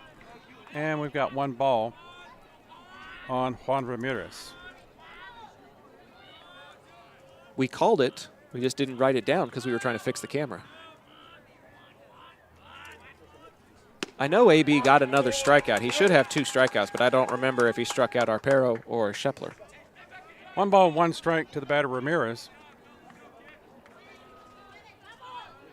Runner at first base in Orozco. Swung on and hit high to the right side. Floating back is the second baseman, White, who makes the catch to record the F4, out number 1. That's good communication by White as he's backtracking as he zeroes in on that ball. Able to call off the right fielder, Prairie, and record the out that chases the runner back to first base. That'll bring up left fielder Jake Ross, who he's the one who watched Bustamonte's ball sail over the outfield fence in that last half inning. Got a double his last at bat. That one bounces in front of the plate and it hits the batter. They're calling it a hit by pitch. It hit the beveled edge of the front edge of the plate and bounced away. Okay. Hit by pitch is the call, puts Ross at first base. That'll send Orozco down to second and bring up J.C. Lucio. Runners at first and second here with 1 out for the Warriors. Lucio with a base hit and then was out on a steal attempt. It's a good off-speed pitch, probably the best off-speed pitch that AB has thrown tonight. He just can't quite put it in the zone. Lucio, the number 9 hole hitter for the Warriors. Look at second base and the 1-0 pitch. In there for a called strike 1. 1 ball, 1 strike, the count to J.C. Lucio. Second baseman had some difficulties out there in the field tonight. 1 ball, 1 strike, 1 out. The pitch swung on and fouled over our head. Actually, it hits the fence and comes back into the field to play. Kind of rattles off of our crowd ambient mic, make you feel like you're here, part of the action. We, of course, miss anybody that can't make it out tonight, but try to make it as immersive as we possibly can in your absence. Thank you all for choosing to spend part of your Friday night with us here on Zach Arnold Productions. 1-2 pitch from AB. Curveball gets away. He's going to third. Throw down there at third, and he made Bustamonte. No, Alvarado. No, that is Busta. That's Bustamonte. That's Busta playing third. He misses the throw. It was a dart, but he was sweeping to make the tag before he completed the catch. Both runners move up on the play. They do, but it was a steal the whole way, and he doesn't advance on the bobble. So that is just a clean stolen base to put 2 men in scoring position now. Orozco at third, Ross at second. 2-2 count on the batter at Lucio. 1 out in the inning. Colts looking to work their way out of a jam here. The 2-2 pitch coming from Abraham. Oh, strike 3 at the plate. Got him looking for out number 2. Much less of a jam when you're working with 2 outs after a backwards K. That is some ice in his veins to get a much-needed out. They're going to put Rios on intentionally. To get the force. Yep. So Rios gets the IT. That'll load him up for Robert Martinez, who has flown out to right field in both of his previous plate appearances. The force is at any base with 2 outs for Martinez, the third. First pitch to him is down low for ball 1. The risk of this now, Pops, is you have nowhere to put him. Right. Cannot walk him. You've got a little bit of a cushion. If it's 8-3, it's not the worst thing ever. But you intentionally walked a heavy hitter so that you could face Martinez here. Called strike 1. Count evens at 1 ball and 1 strike. 2 outs in the inning. Bases are loaded.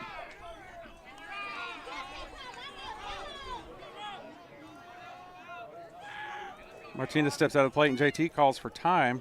Wants to go visit with his pitcher.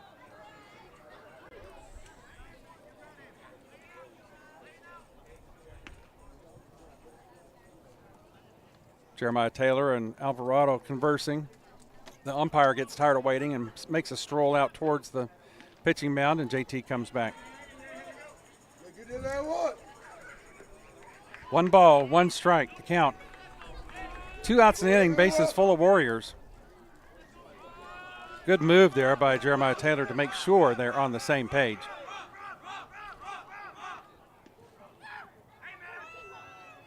Alvarado comes set. His delivery swung on and hit to the right side. Is it going to stay in the grounds? Yes, it is. It's a fair ball. 1 run in, 2 runs in. Third run being waved home.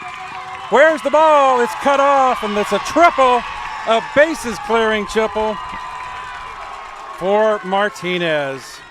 The gamble does not pay off. You intentionally walk Rios thinking you can get to Martinez, and instead of getting out of the jam, you make it 8-5 on the 3-runner by Martinez, the third.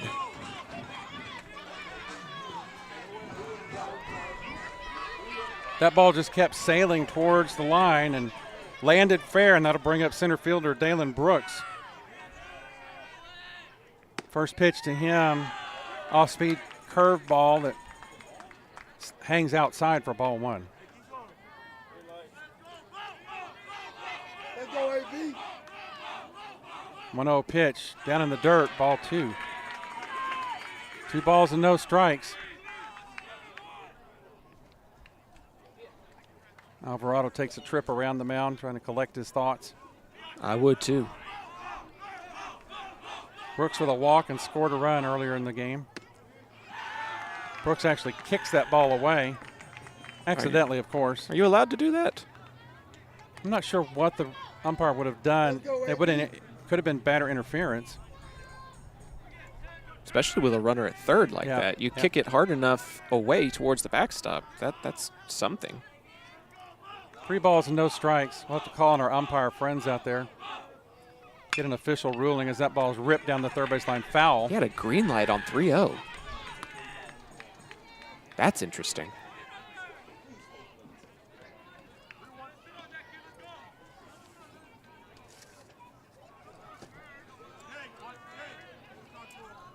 Head coach for the Warriors wanting to bring that one in with some aggressive signal calling.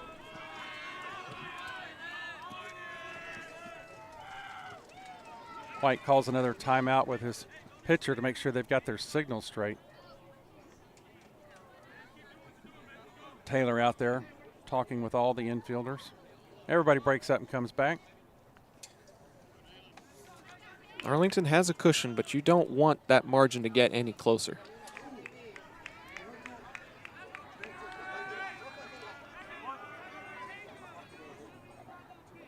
The 3-1 pitch.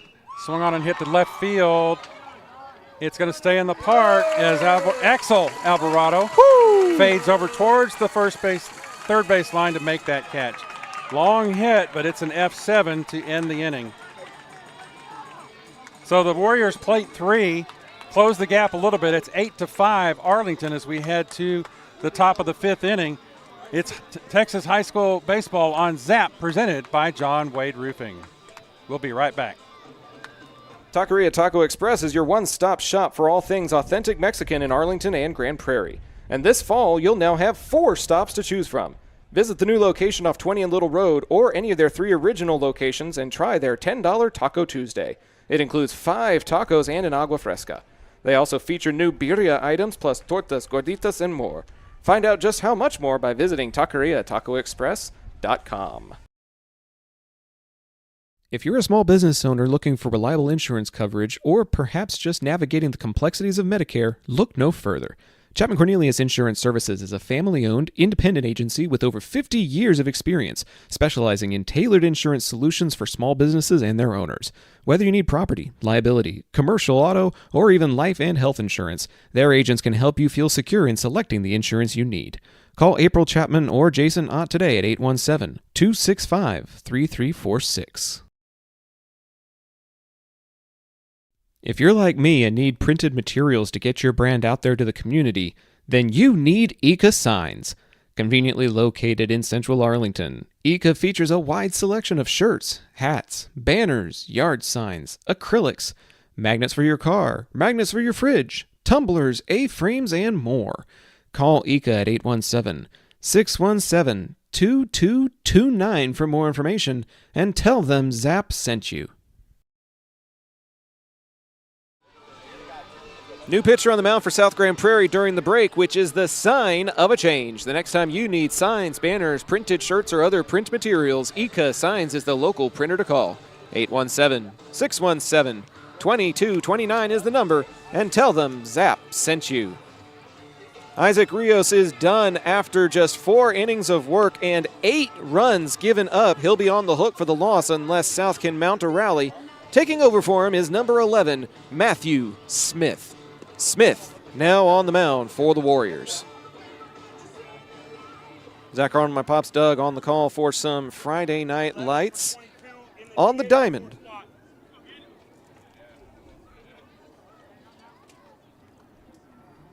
Colts built a big lead in the third and the fourth inning. Took a gamble, walking Rios to load the bases with 2 outs. And the gamble just didn't pay off that time as Martinez hit a bases-clearing triple to put 3 more spots on the board for the Warriors. Still 8-5 Colts. Howard leads things off and takes a look at ball number 1.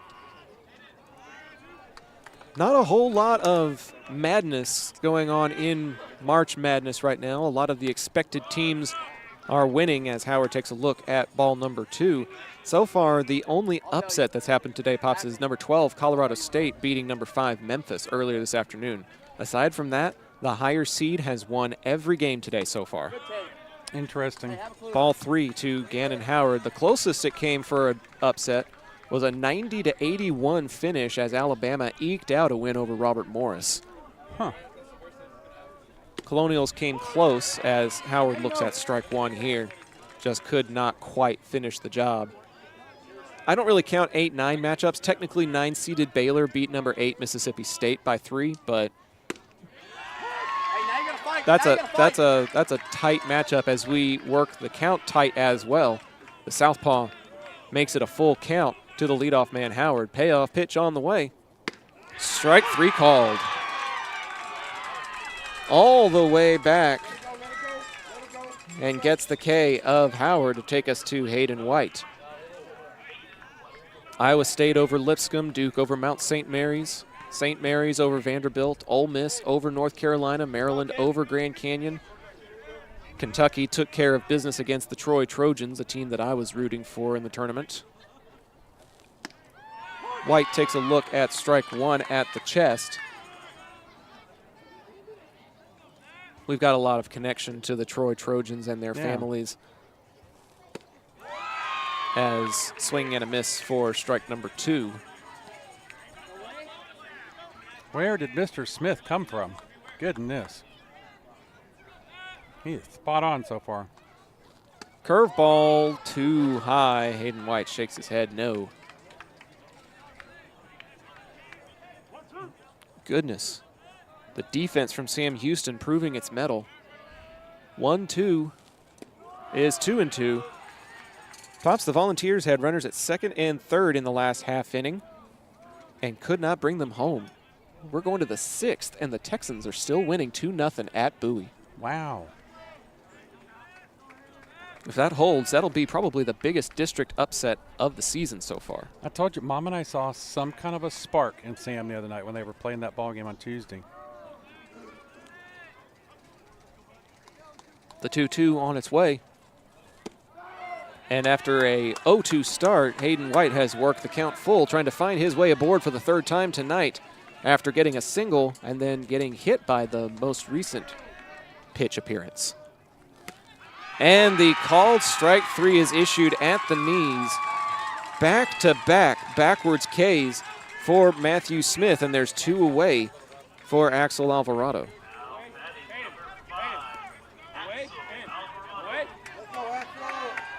Alvarado reached and scored on an error on the shortstop his last at bat.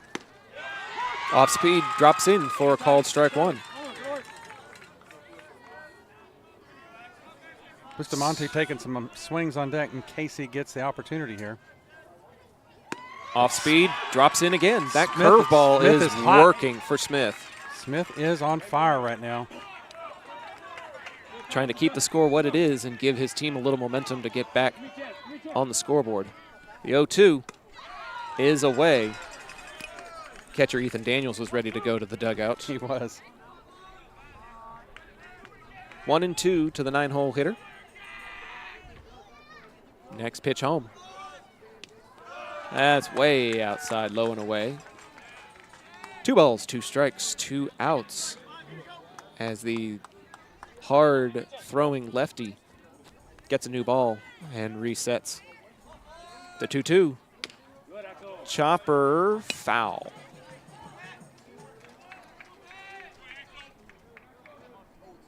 Encouragement from the dugout.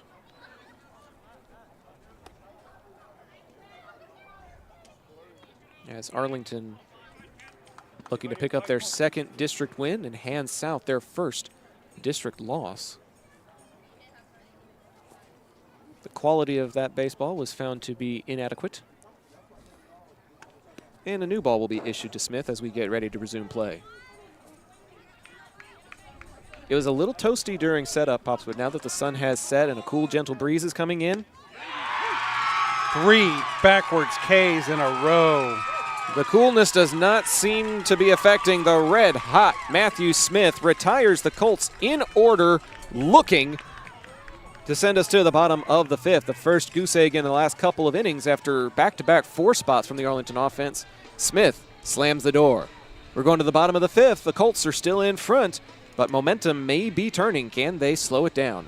Come back with more High School Baseball on Zap presented by John Wade Roofing to find out. Las albercas en Texas necesitan servicios durante todo el año. Romy Pools brinda servicios de calidad, incluyendo limpieza, mantenimiento y reparaciones.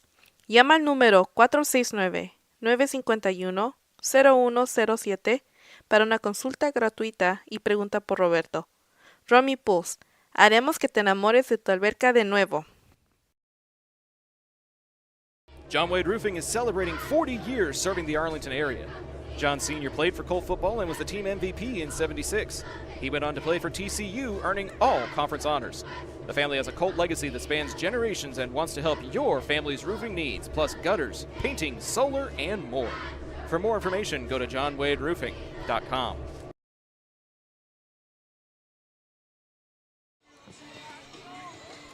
New pitcher on the mound for Arlington during the break, which is the sign of a change. The next time you need signs, banners, printed shirts, or other print materials, Ika Signs is the local printer to call. 817-617-2229 is the number, and tell them Zap sent you. Taking the mound for the Colts, sliding over from the shortstop position, it's the senior number 10, Mason Hensley. Hensley now on the mound for the Colts. Abe Alvarado will go from the pitching mound over to the hot corner, taking over at third base. Sliding from third to shortstop is number 4, Danny Bustamante. The rest of the defensive alignment will stay the same for the Colts as Hensley comes in here in the bottom of the 5th. Coach Womack has been trying him out as the closer. And with us likely to play the full 7, he is looking for the 3-inning save here in the 5th as Arpero leads things off for the Warriors. It'll be Angel Arpero, Zach Schepler, and Giovanni Orozco. 4, 5, 6 in the South lineup.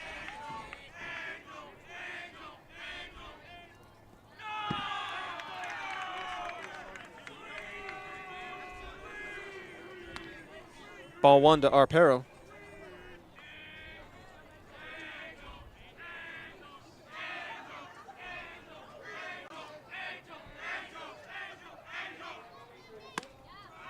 And that's ball 2, too far inside.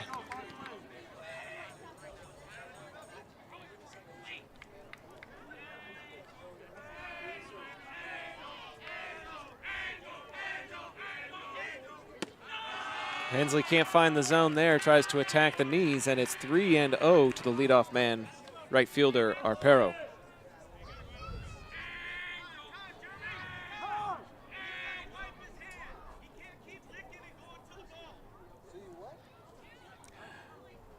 Coach Elder telling the home plate umpire he thinks that the pitcher is going to his lips and going to the ball while he's on the mound, like he did just there. But then he wipes his hand. Yeah, but Coach Elder was saying he's going straight to the ball after licking his hand. What was that at the plate? That was a shuffle. That's going to get called a strike every time. He stayed in the batter's box. Trying to distract the pitcher? Is I there don't something know. wrong with that? He'll loft Fly this ball. one to center field. And Gannon Howard will chase it down. So all of that activity for nothing. And Hensley gets the first out of the bottom of the fifth. Batting next for South Grand Prairie, number 21. That'll take us to Shepler. Shepler. He walked in one of his previous appearances, but we don't really have a beat on what happened in his most recent appearance because we were solving technical issues. So far, everything seems to be running a bit smoother. We thank you all for your patience as we make sure that this feed is the quality it should be. Popped up in the air, headed for foul territory. Who's going to get it? Wynn makes the call, and it goes foul as he misses it. Missed opportunity. Tried to wave off Mason Hensley, who is a middle infielder who can track down balls by his own nature, just doing it off of the pitcher's mound right there. But Wynn called him off, and then it was a little bit out of his reach. Lucky for everyone, it fell harmlessly foul, and it's just strike one to Shepler.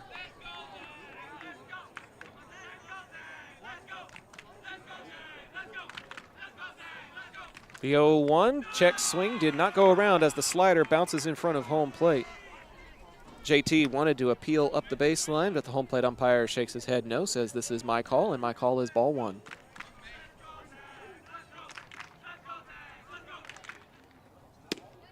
In at the knees for a called strike two.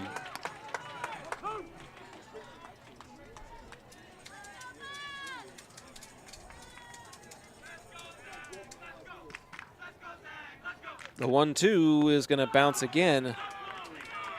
Again, release issues on the slider. He was trying to go to the bottom of the zone, and I think he's just letting go too late.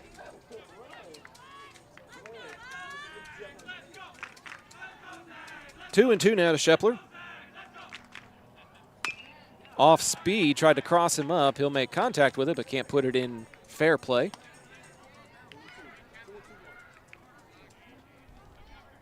Two balls and two strikes now. Pops, Sam Houston has put another two on the board. Swing and a miss there from Shepler as Hensley gets the K, and there's two away. Good outing so far for Mason Hensley taking the mound. Number 29. Sets down the first two batters he's faced. Orozco. It's what you want your relief pitcher to do, put a lid on it.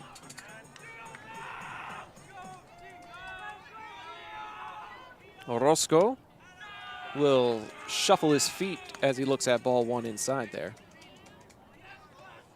Orozco has ended the inning on a fielder's choice and walked. He's ahead in the count here, 2-0.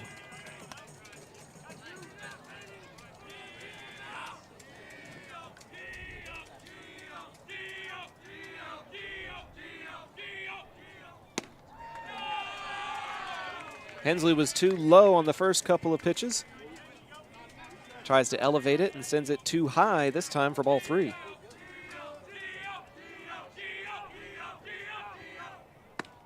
And it's a four-pitch walk to Gio Orozco. Just focus on the next batter in the form of Juan Ramirez. 0 for 2 on the evening with a ground out and a pop out. Now batting, number 12, Juan Ramirez. First time facing Mason Hensley, though. First time Hensley will have to pitch out of the stretch with a runner aboard. That'll be a called strike, crossing the inside corner there of the third baseman.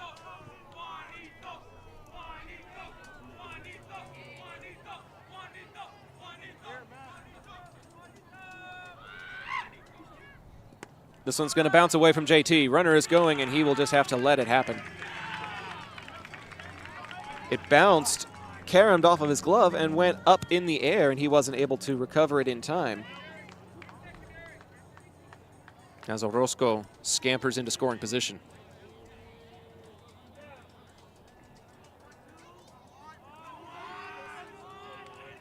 The 1-1. Fastball, couldn't catch up to it. He'll foul that off. And it's strike 2.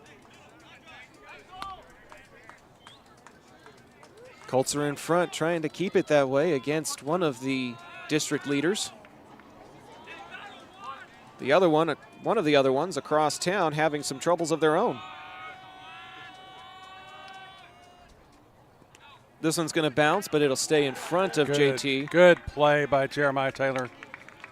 Playing hockey goalie there, jumping out and keeping that ball in front of him so the runner from second unable to advance. 2 balls, 2 strikes, 2 outs to Juan Ramirez.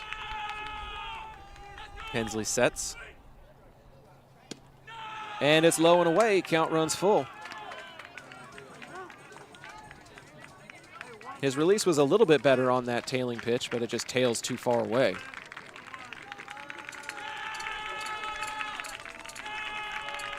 It's a full count with 2 outs now. Payoff pitch in play to the new shortstop. Bustamante on the 1-hop. The throw is in time, and Arlington gets out of the inning. Ramirez grounds into his second 6-3 of the evening and strands a man in scoring position as we head to the 6th. The Colts still ahead by a score of 8-5.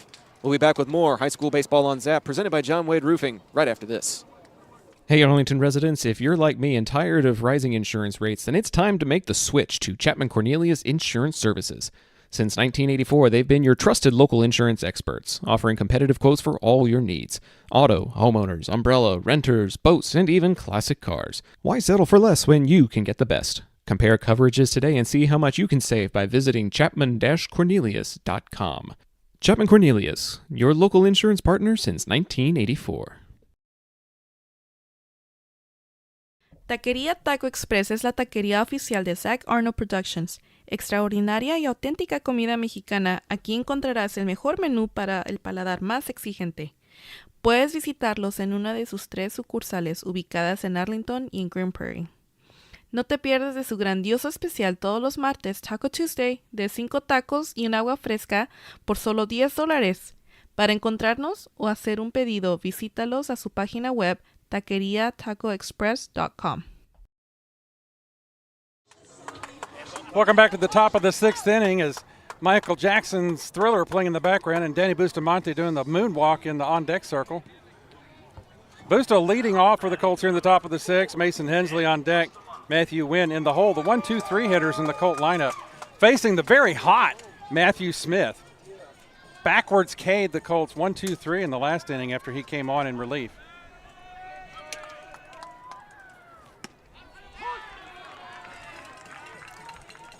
First pitch in is a called strike 1.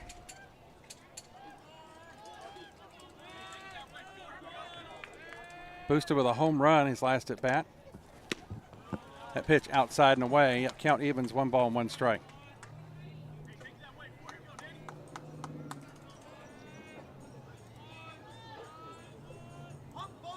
Smith's wind in his 1-1 pitch.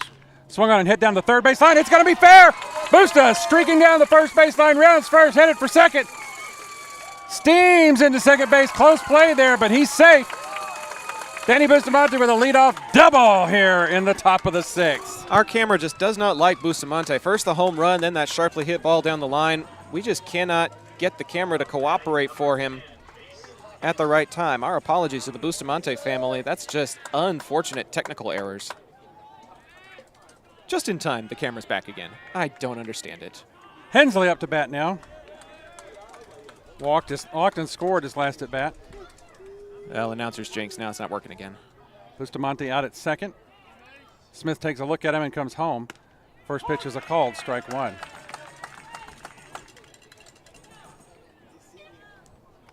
Sorry, that one's not touchscreen, Pops. Here, I'll give you the mouse back.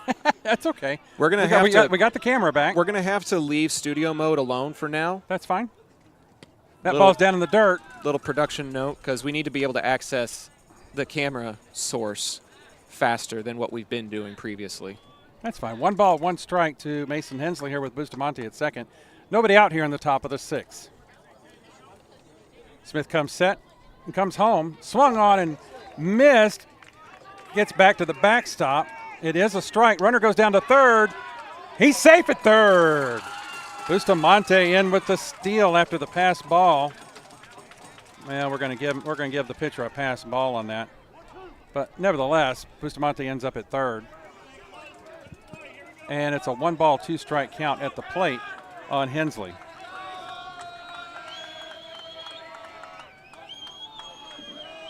Smith comes set. The 1-2 pitch.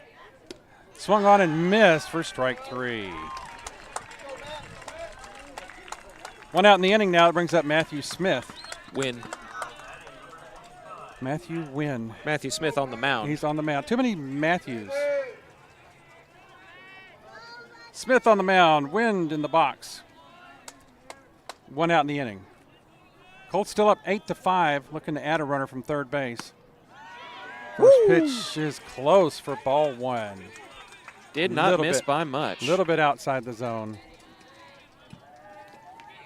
Wynn's been on base twice tonight. Once on a fielder's choice, once on an E4, but scored one of those times. The 1-0 pitch to Wynn. He thought about it, but held up in time. Ooh. Another very, very close situation there. 2 balls, no strikes. Bustamante just 90 feet away.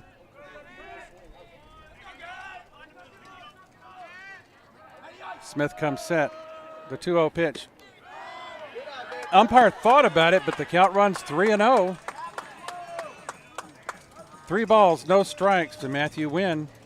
Do you give him the green light like South had just a moment ago? Tough call. 3-0 pitch. Looking all the way. Low and inside for ball 4. Runners at the corners now.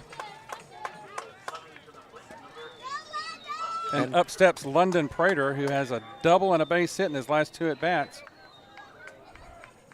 Runners at the corners for the Colts. 2 for 3 evening for the cleanup hitter. That's exactly what you're hoping for. London Prairie at bat. Abe Alvarado on deck now for the Colts. Smith comes home. Off-speed pitch. Misses the zone for ball 1. One more production note, if I may, Pops. If I point to the screen, we'll just use that as the signal like I'm doing right now to try to deactivate and reactivate the camera. Not sure why we're having signal issues, but so far that seems to be doing the trick. That pitch is a called strike on Prairie. 1 ball, 1 strike, 1 out. Runners at the corners here in the top of the 6th. Smith comes set, comes home. Called, strike 2. 1 ball, 2 strikes on Prairie.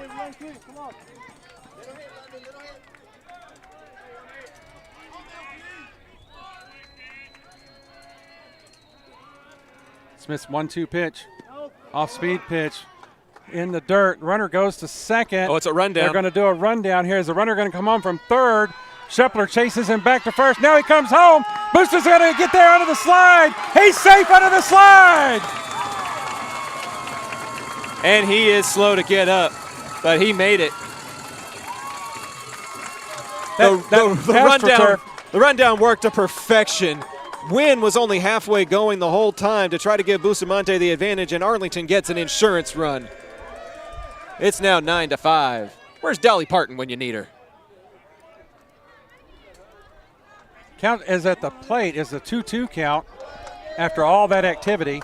Runner at second base. And the camera worked for that. You all got to see that one. 2-2 pitch from Smith. Swung on and fouled straight back into the backstop. Count will stay 2-2 as Abe Alvarado goes out and retrieves the ball and hands it back to the umpire. London hanging in there, battling his counterpart Matthew Smith on the mound. The 2-2 pitch. He's called that there all night. Ooh, he's been consistent, and that's a strikeout. The 5th in Smith's relief outing so far. Abe Alvarado now steps up with those same runners. Runner at second base in scoring position. Down in the dirt, that is that breaking ball for ball one. AB holds up his hand to leave his teammate Wynn at second, who made it over there in the rundown. The 1-0 pitch. Swung on and chopped to the shortstop. Tough play. Tough play over to first. Stretch. And the out at first. Shepler with the stretch, and they grab the third out, but not before Arlington grabs an insurance run. We're headed to the bottom of the sixth. It's now 9-5.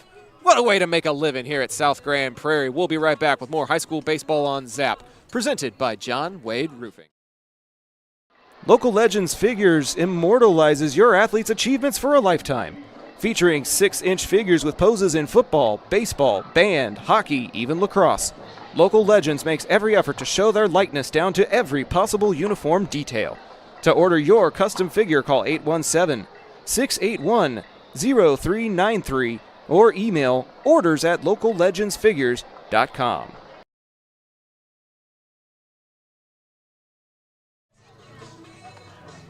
Coming back to the live action, or the not live action, as we deactivate and reactivate our camera once again. Mason Hensley back on the mound for his second inning of work for your Colts as we head to the bottom of the sixth inning.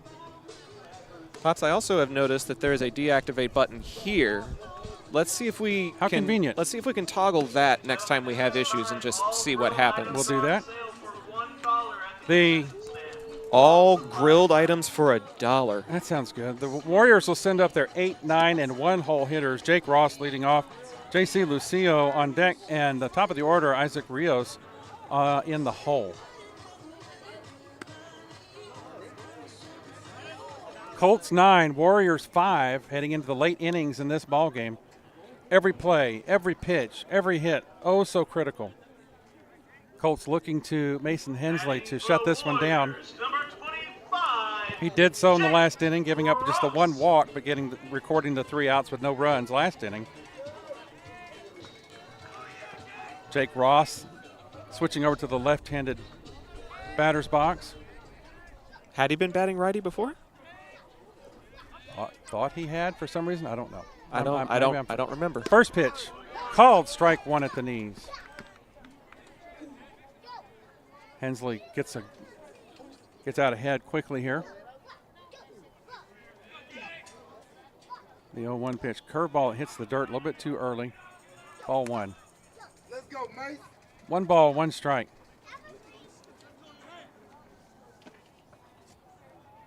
To the first batter here in the bottom of the sixth for the Warriors. There you go.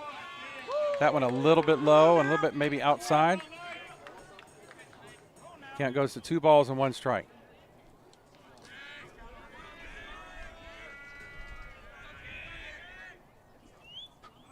Hensley gets the sign he likes. Comes set. The 2-1 pitch. Ooh. Not sure where that one was, but the count runs to 3-1. The Colt faithful wanting that pitch call.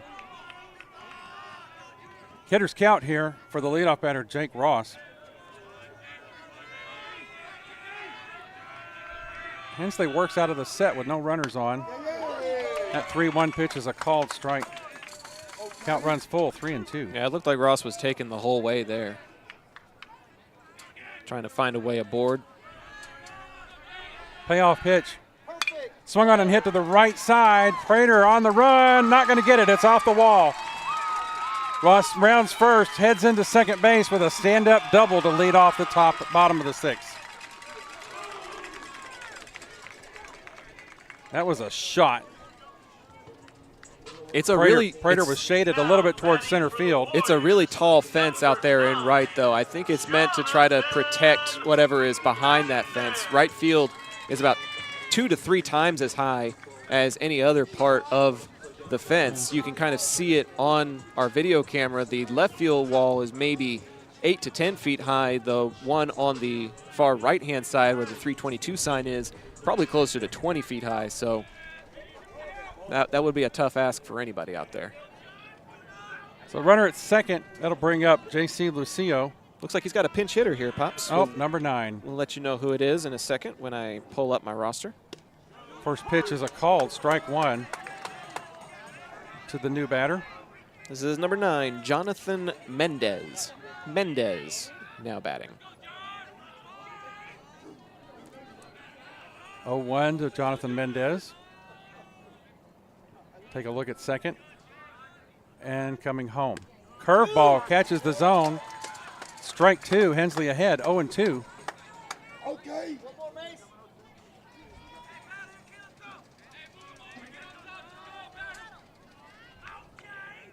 Hensley comes set. The 0-2 delivery. Curveball right in the zone for a looking strike 3. Much needed first out. Hopefully give him a little momentum with that man in scoring position. Coming to the plate, number 19, Isaac Rios. One out in the inning. That'll take us back to the top of the order for the Warriors. Isaac Rios stepping in, the starting pitcher for the evening. Didn't see where he ended up, but he is somewhere in the field because the catcher is being DH'd for. That's Orozco. So one out in the inning, runner at second base. Rios played third base in Tuesday's game. Hensley comes set. First pitch is a called strike 1. Attacking that lower quadrant of the zone, got him at the knees there. Good pitch.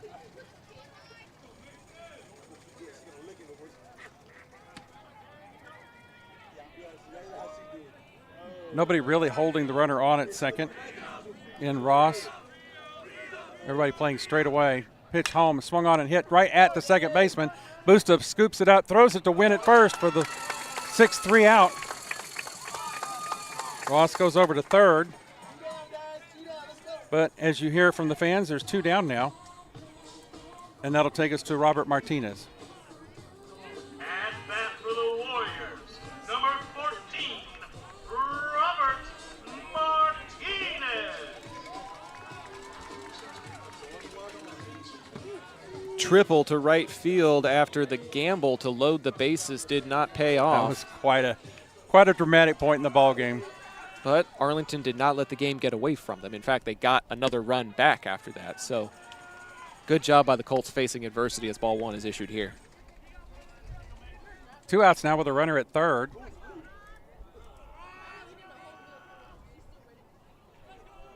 One-0 pitch.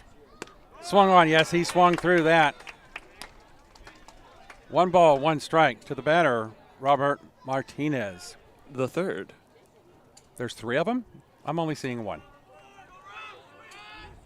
Pitch. Swung on and hit to shortstop. Busta again with the scoop. The throw. Win the catch. And we're out of the inning unscathed. Back-to-back 6-3s from the new shortstop who took over when they switched. And Arlington gets out of trouble again. Too bad you all didn't get to see that. We're having a lot of fun out here at the home of the Warriors. Thanks so much for your patience and for tuning in to High School Baseball presented by John Wade Roofing. We'll be right back after this. A-frames that bring their A game. The next time you need to get your brand out to the community, go with the printers who are in your community, Ika Signs. With everything from wall signs to banners, printed tees to hats, Ika can even do same-day rush orders on select products. Visit ikasigns.com/shop to see their full list. That's ikasigns.com/shop. Ika Signs, a partner of Zach Arnold Productions.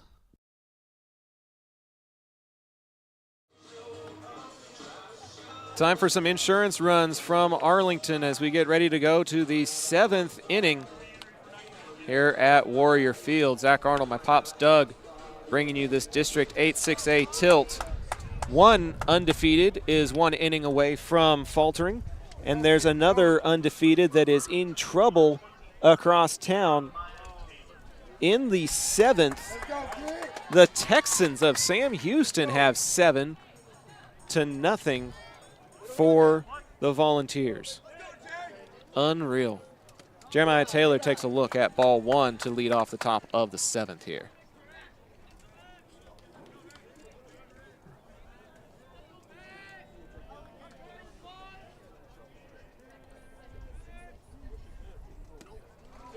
1-0 is now 2-0 to JT.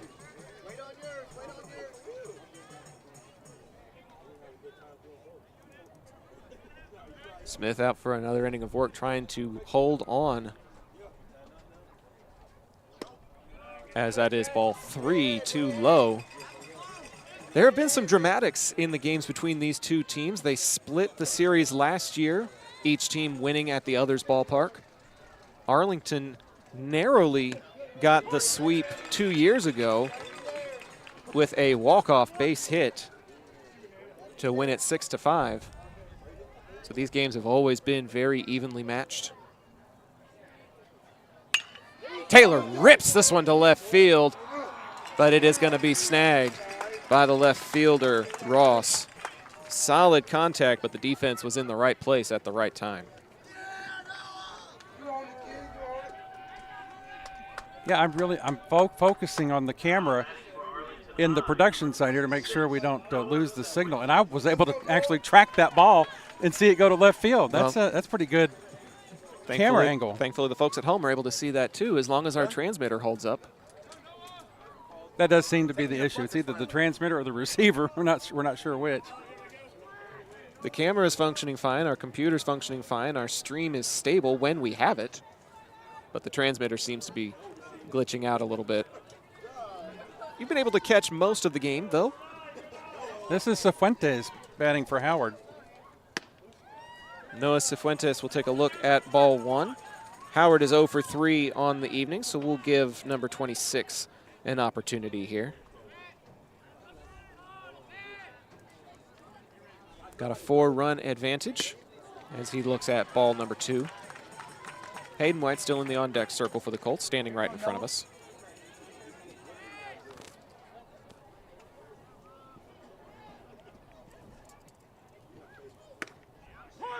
A strike will be called on the inside corner to number 26, and it's 2 balls and a strike now.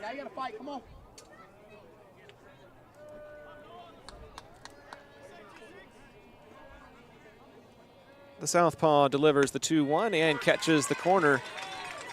Cifuentes disagrees, but it'll move it to 2 balls and 2 strikes. Smith finally agrees, turns and fires. And the count runs full. Cifuentes laying off of that one.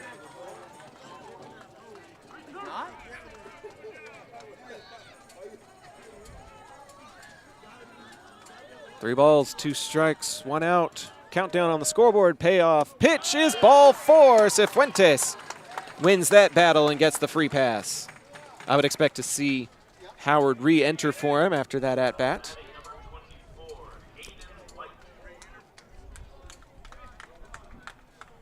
And there is number 2 putting his helmet back on.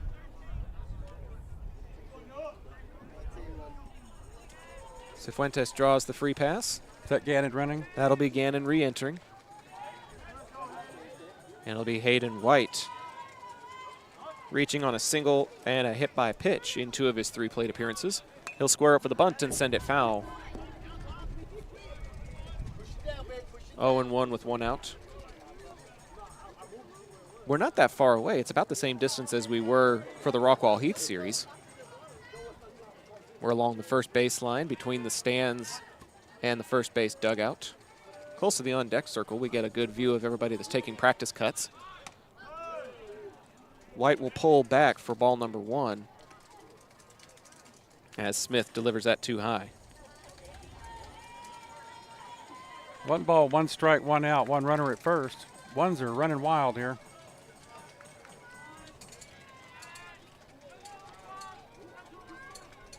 Smith agrees on the pitch. Strike will be called. White pulls back, but Howard will make it to second on the pass ball. So it's 2-1 at the plate.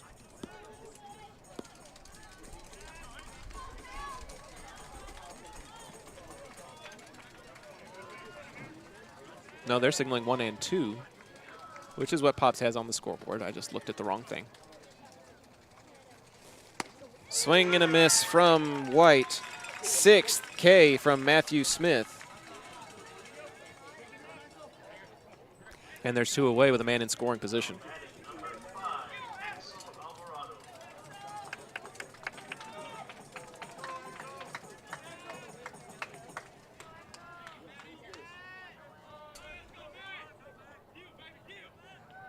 Axel Alvarado swings and misses at the first pitch he sees to make it 0-1.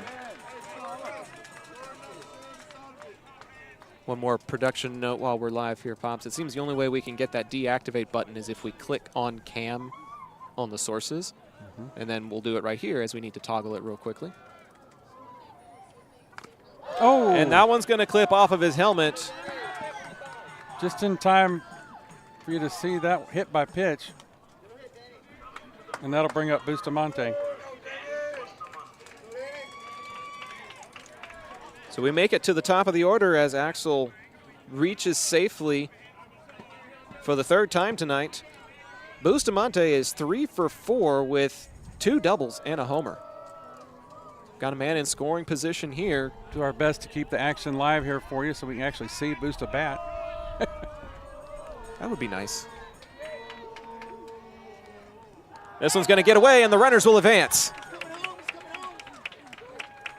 Both men move up another 90 feet on the wild pitch, and it's ball 1 at the plate to Bustamante.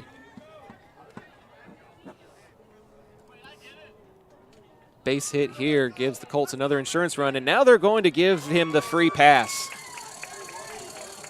After both runners advance, the IBB issued to Busta will load them up for Mason Hensley.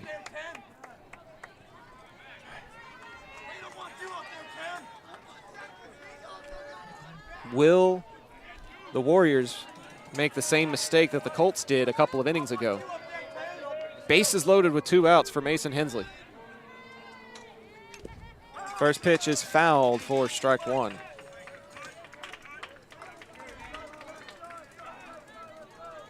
Currently 9-5 in favor of Arlington.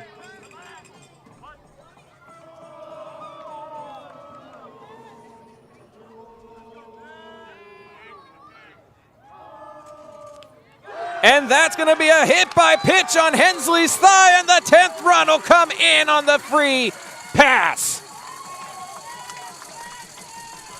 10-5 as Hensley gets the RBI the hard way.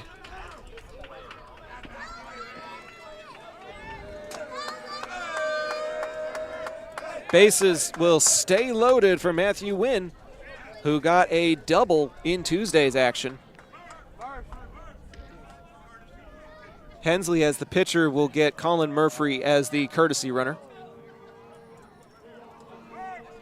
And it's 10-5 Arlington after the bases loaded hit by pitch. Matthew Smith had been showing such good control in his first 2 innings. Struggling a little bit here. Wynn will take a look at ball 1 low and inside here with Axel Alvarado at third, Bustamante at second, Murphy at first.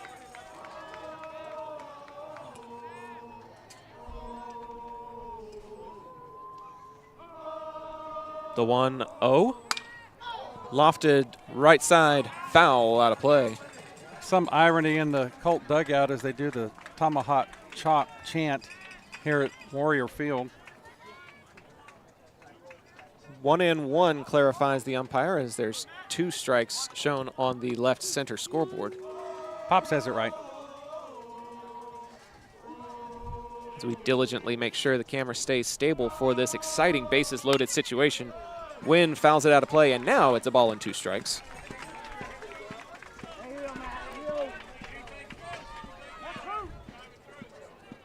Colts getting a couple of late insurance runs after putting up a couple of 4s in the middle of the ball game. Hoping to get a little bit more and get their second district win.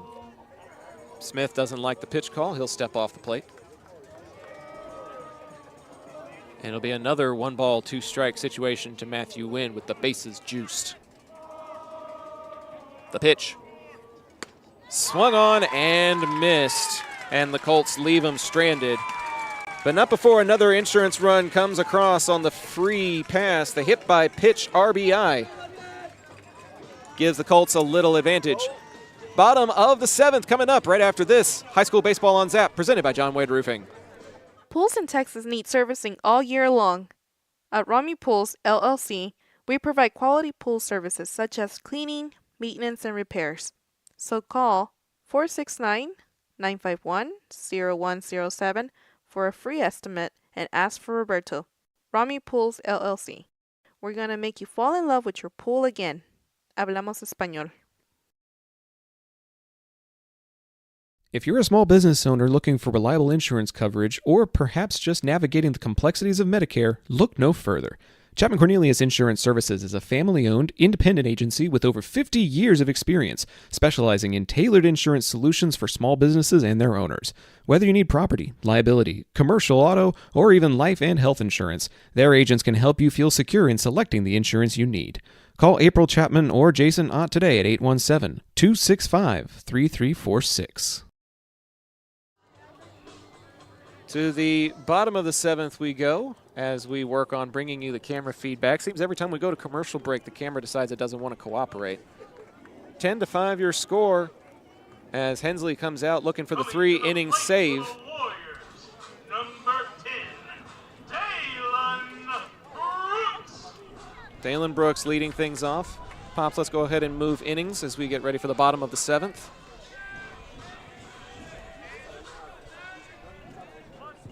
Yeah, let me try something. You go ahead and do the call. First pitch to Brooks is a called strike one by Hensley. Good way to lead off this bottom of the 7th inning here. 10-5, Arlington on top. Curveball slider breaks a little bit outside. 1 ball, 1 strike to the leadoff batter, Brooks.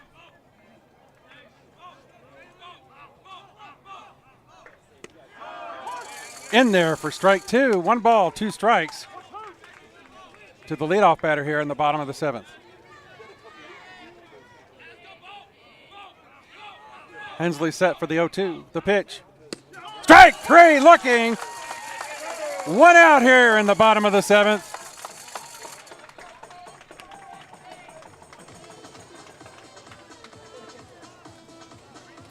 Coming to the plate for the Warriors, number 17, Angel Arpero. Here the announcer here, Angel Arpero, had a double in his first at bat, but been quiet since then. Curveball hits the zone right at the knees for strike 1.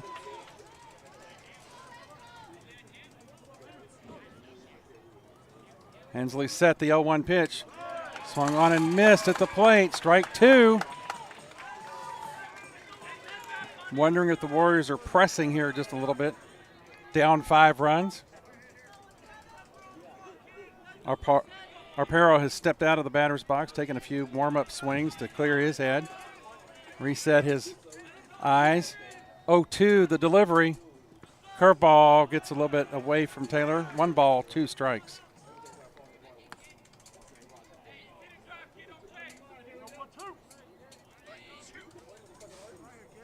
Mason Hensley resets on the mound. Comes set in the 1-2 pitch. A little bit outside is that breaking ball. 2 balls, 2 strikes. The count to Angel Arpero.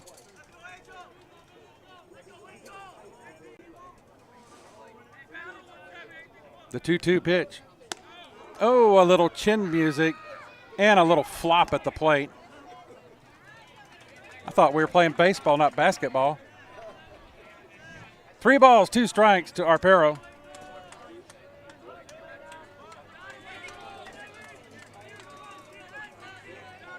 Hensley set the payoff pitch. Inside for ball 4. Arpero is on with the free pass after the strikeout. That'll bring up Zach Shepler. Been playing first base all night for the Warriors. A walk and a strikeout to his credit tonight.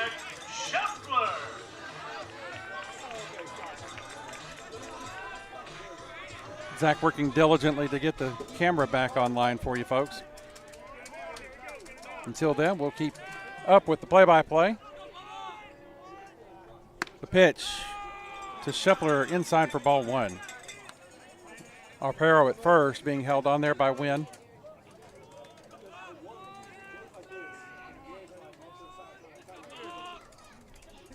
The 1-0 pitch from Hensley. Called strike one. 1 ball, 1 strike.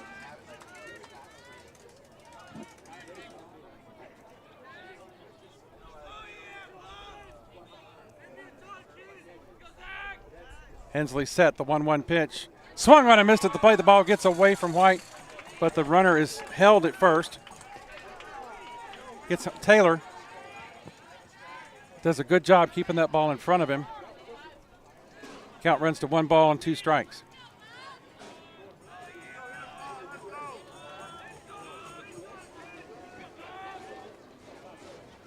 The 1-2 pitch.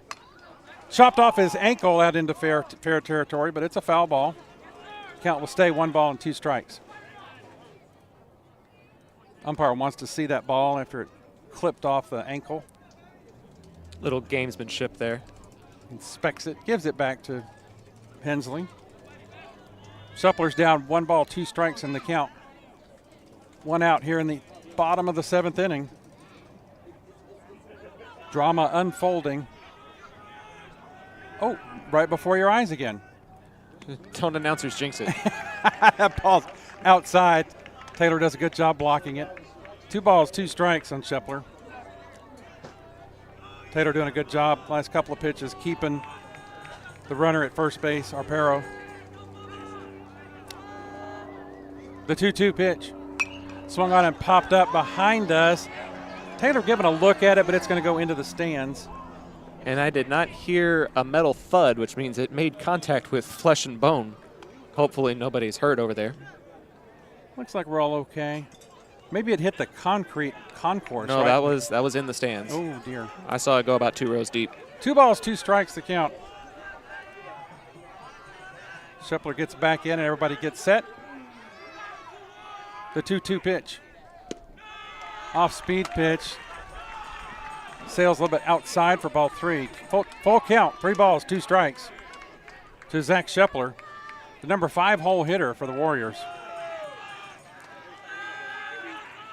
3-2 delivery, swung on and chopped into the Warrior dugout again off of Shepler's foot.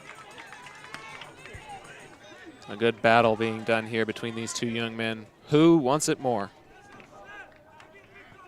All I really want is for the stream to stay stable. Shepler walks it off and gets back into the batter's box. Hensley comes set for the 3-2 pitch.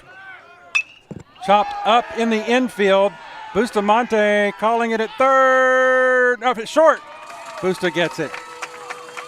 Alvarado back at third. And that's the 2nd out of the inning. And that'll bring up the DH, Giovanni Orozco. Representing the final out of the ball game. Arpero still at first for the South Grand Prairie Warriors. 2 outs in the inning now. Hensley's first pitch to him is a call. Strike 1.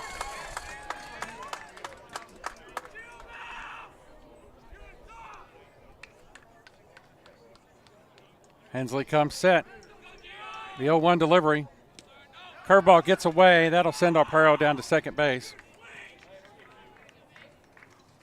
That ball broke and curved just a little bit too much and got away from Taylor.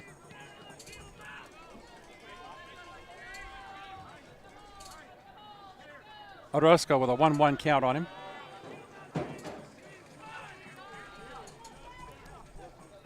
Hensley set. The 1-1 pitch. Swung on and chopped to the right side over the first base dugout. Strike 2. Warriors down to their last strike. Colts looking for a split with the South Grand Prairie Warriors in this very tight race in district action. Warriors took the first game Tuesday at Colt Field. Colts looking to return the favor. 1-2, the count. The pitch. A little bit high. The drama continues. 2 balls, 2 strikes. 2 balls, 2 strikes, 2 outs. A runner at second. Deuces are wild out there. Hensley comes set. The 2-2 pitch. Called! Strike 3! Looking, the Colts get the win! Mason Hensley comes on in relief for the Colts. takes care of business for 3 innings and sets down their designated hitter on a strikeout looking at the plate. Arlington 10, South Grand Prairie 5. What a ball game tonight. The Colt bats came alive just like you were looking for, Zach. After the bats were silent for the most part on Tuesday night, they really come alive here tonight, including a big home run shot by Bustamante over the left field fence. They sure did, and we're going to conclude this ball game here on our little pop-up set as Arlington gets the 10-5 win, although our camera work did not get the victory tonight. We appreciate everyone's patience as we work through what appears to be signal issues here at Warrior Field. Have not had glitches like this all season, so I don't really have a good explanation for what it was, but hopefully you all still enjoyed the ball game for what it was, and we got to see Arlington's runs in bunches, which is something that we have seen them do in games prior, and they do it again tonight. To split with South Grand Prairie for the second year in a row and collect a second district win, it's really anybody's district now, Pops, after what we saw from Arlington's firepower against a really tough South Grand Prairie team. Well, and like you said, there was some good pitching tonight. Alvarado had a good outing. And then Mason Hensley in relief, allowing no runs in his 3 innings of work. It was a good combination effort. And then, like you said, the pitchers got some good backup with their offense, putting runs on the board, a lot of runs on the board tonight for the Colts. And so it was just a good outing. And like we were saying all night, such a critical win here to stay relevant in this district race here in the 2025 season. Yeah, Martin has had a couple of issues getting swept by Lamar, and then Bowie is undefeated in district no more. It's officially a final. Sam Houston 7 and the Volunteers nothing. So this is truly anybody's district, and the Colts prove that here tonight with the 10-5 win. Since we are the visitors, we're going to have to make this an abbreviated post-game show presented by John Wade Roofing. We don't want to overstay our welcome. Some fun facts about John Wade. He played for Arlington High and was their team MVP back in '76, and then played for TCU and UTA football, earning all-conference and conference champion honors. After a brief stint with the Oilers, he went on to the roofing business and never looked back. His legacy on the gridiron is now matched by his legacy in the community that has gone on for over 40 years. The next time you have roofing needs, gutters, painting, solar, or more, call the family that does more at 817-265-5520. Pops, any final thoughts before we call it a night here at Warrior Field? Well, you know, the thoughts are for both games. I'm so glad to be back behind the mic for a Colts game and had a really good time watching this even the series between the two teams. Take one at our place, we take one from their place. But I'm also kind of excited about what happened. I know Bowie is our team, but I teach at Sam, and I'm kind of happy for the Texans to get a win in district. Yeah. All those coaches are my friends. I've worked closely with some of those boys on that team, so I'm just a little happy for that too. But sad for Bowie. Yeah. I don't want to disappoint our Bowie fans. We're still very loyal to you and love being partners with you. So those are my final thoughts. I mean, yay, Colts, and tough loss, tough one on Bowie tonight. But it shows that there's a lot more parity in this district than one would have you believe. Right. Final score again in this one, Arlington 10, South Grand Prairie 5. Thanks so much for supporting local broadcasts through its hiccups and ups and downs, and for supporting small businesses by tuning into this broadcast tonight. For my Pops Doug, I'm Zach Arnold. Thanking you for tuning in. Signing off for now, and we will see you on Tuesday. Arlington is back in action. They will be playing Sam Houston, and the Volunteers hit the road at Martin on Tuesday. Both of those games will be live on the Zap Network. But that's it for us for tonight. We'll see you all next time. Good night.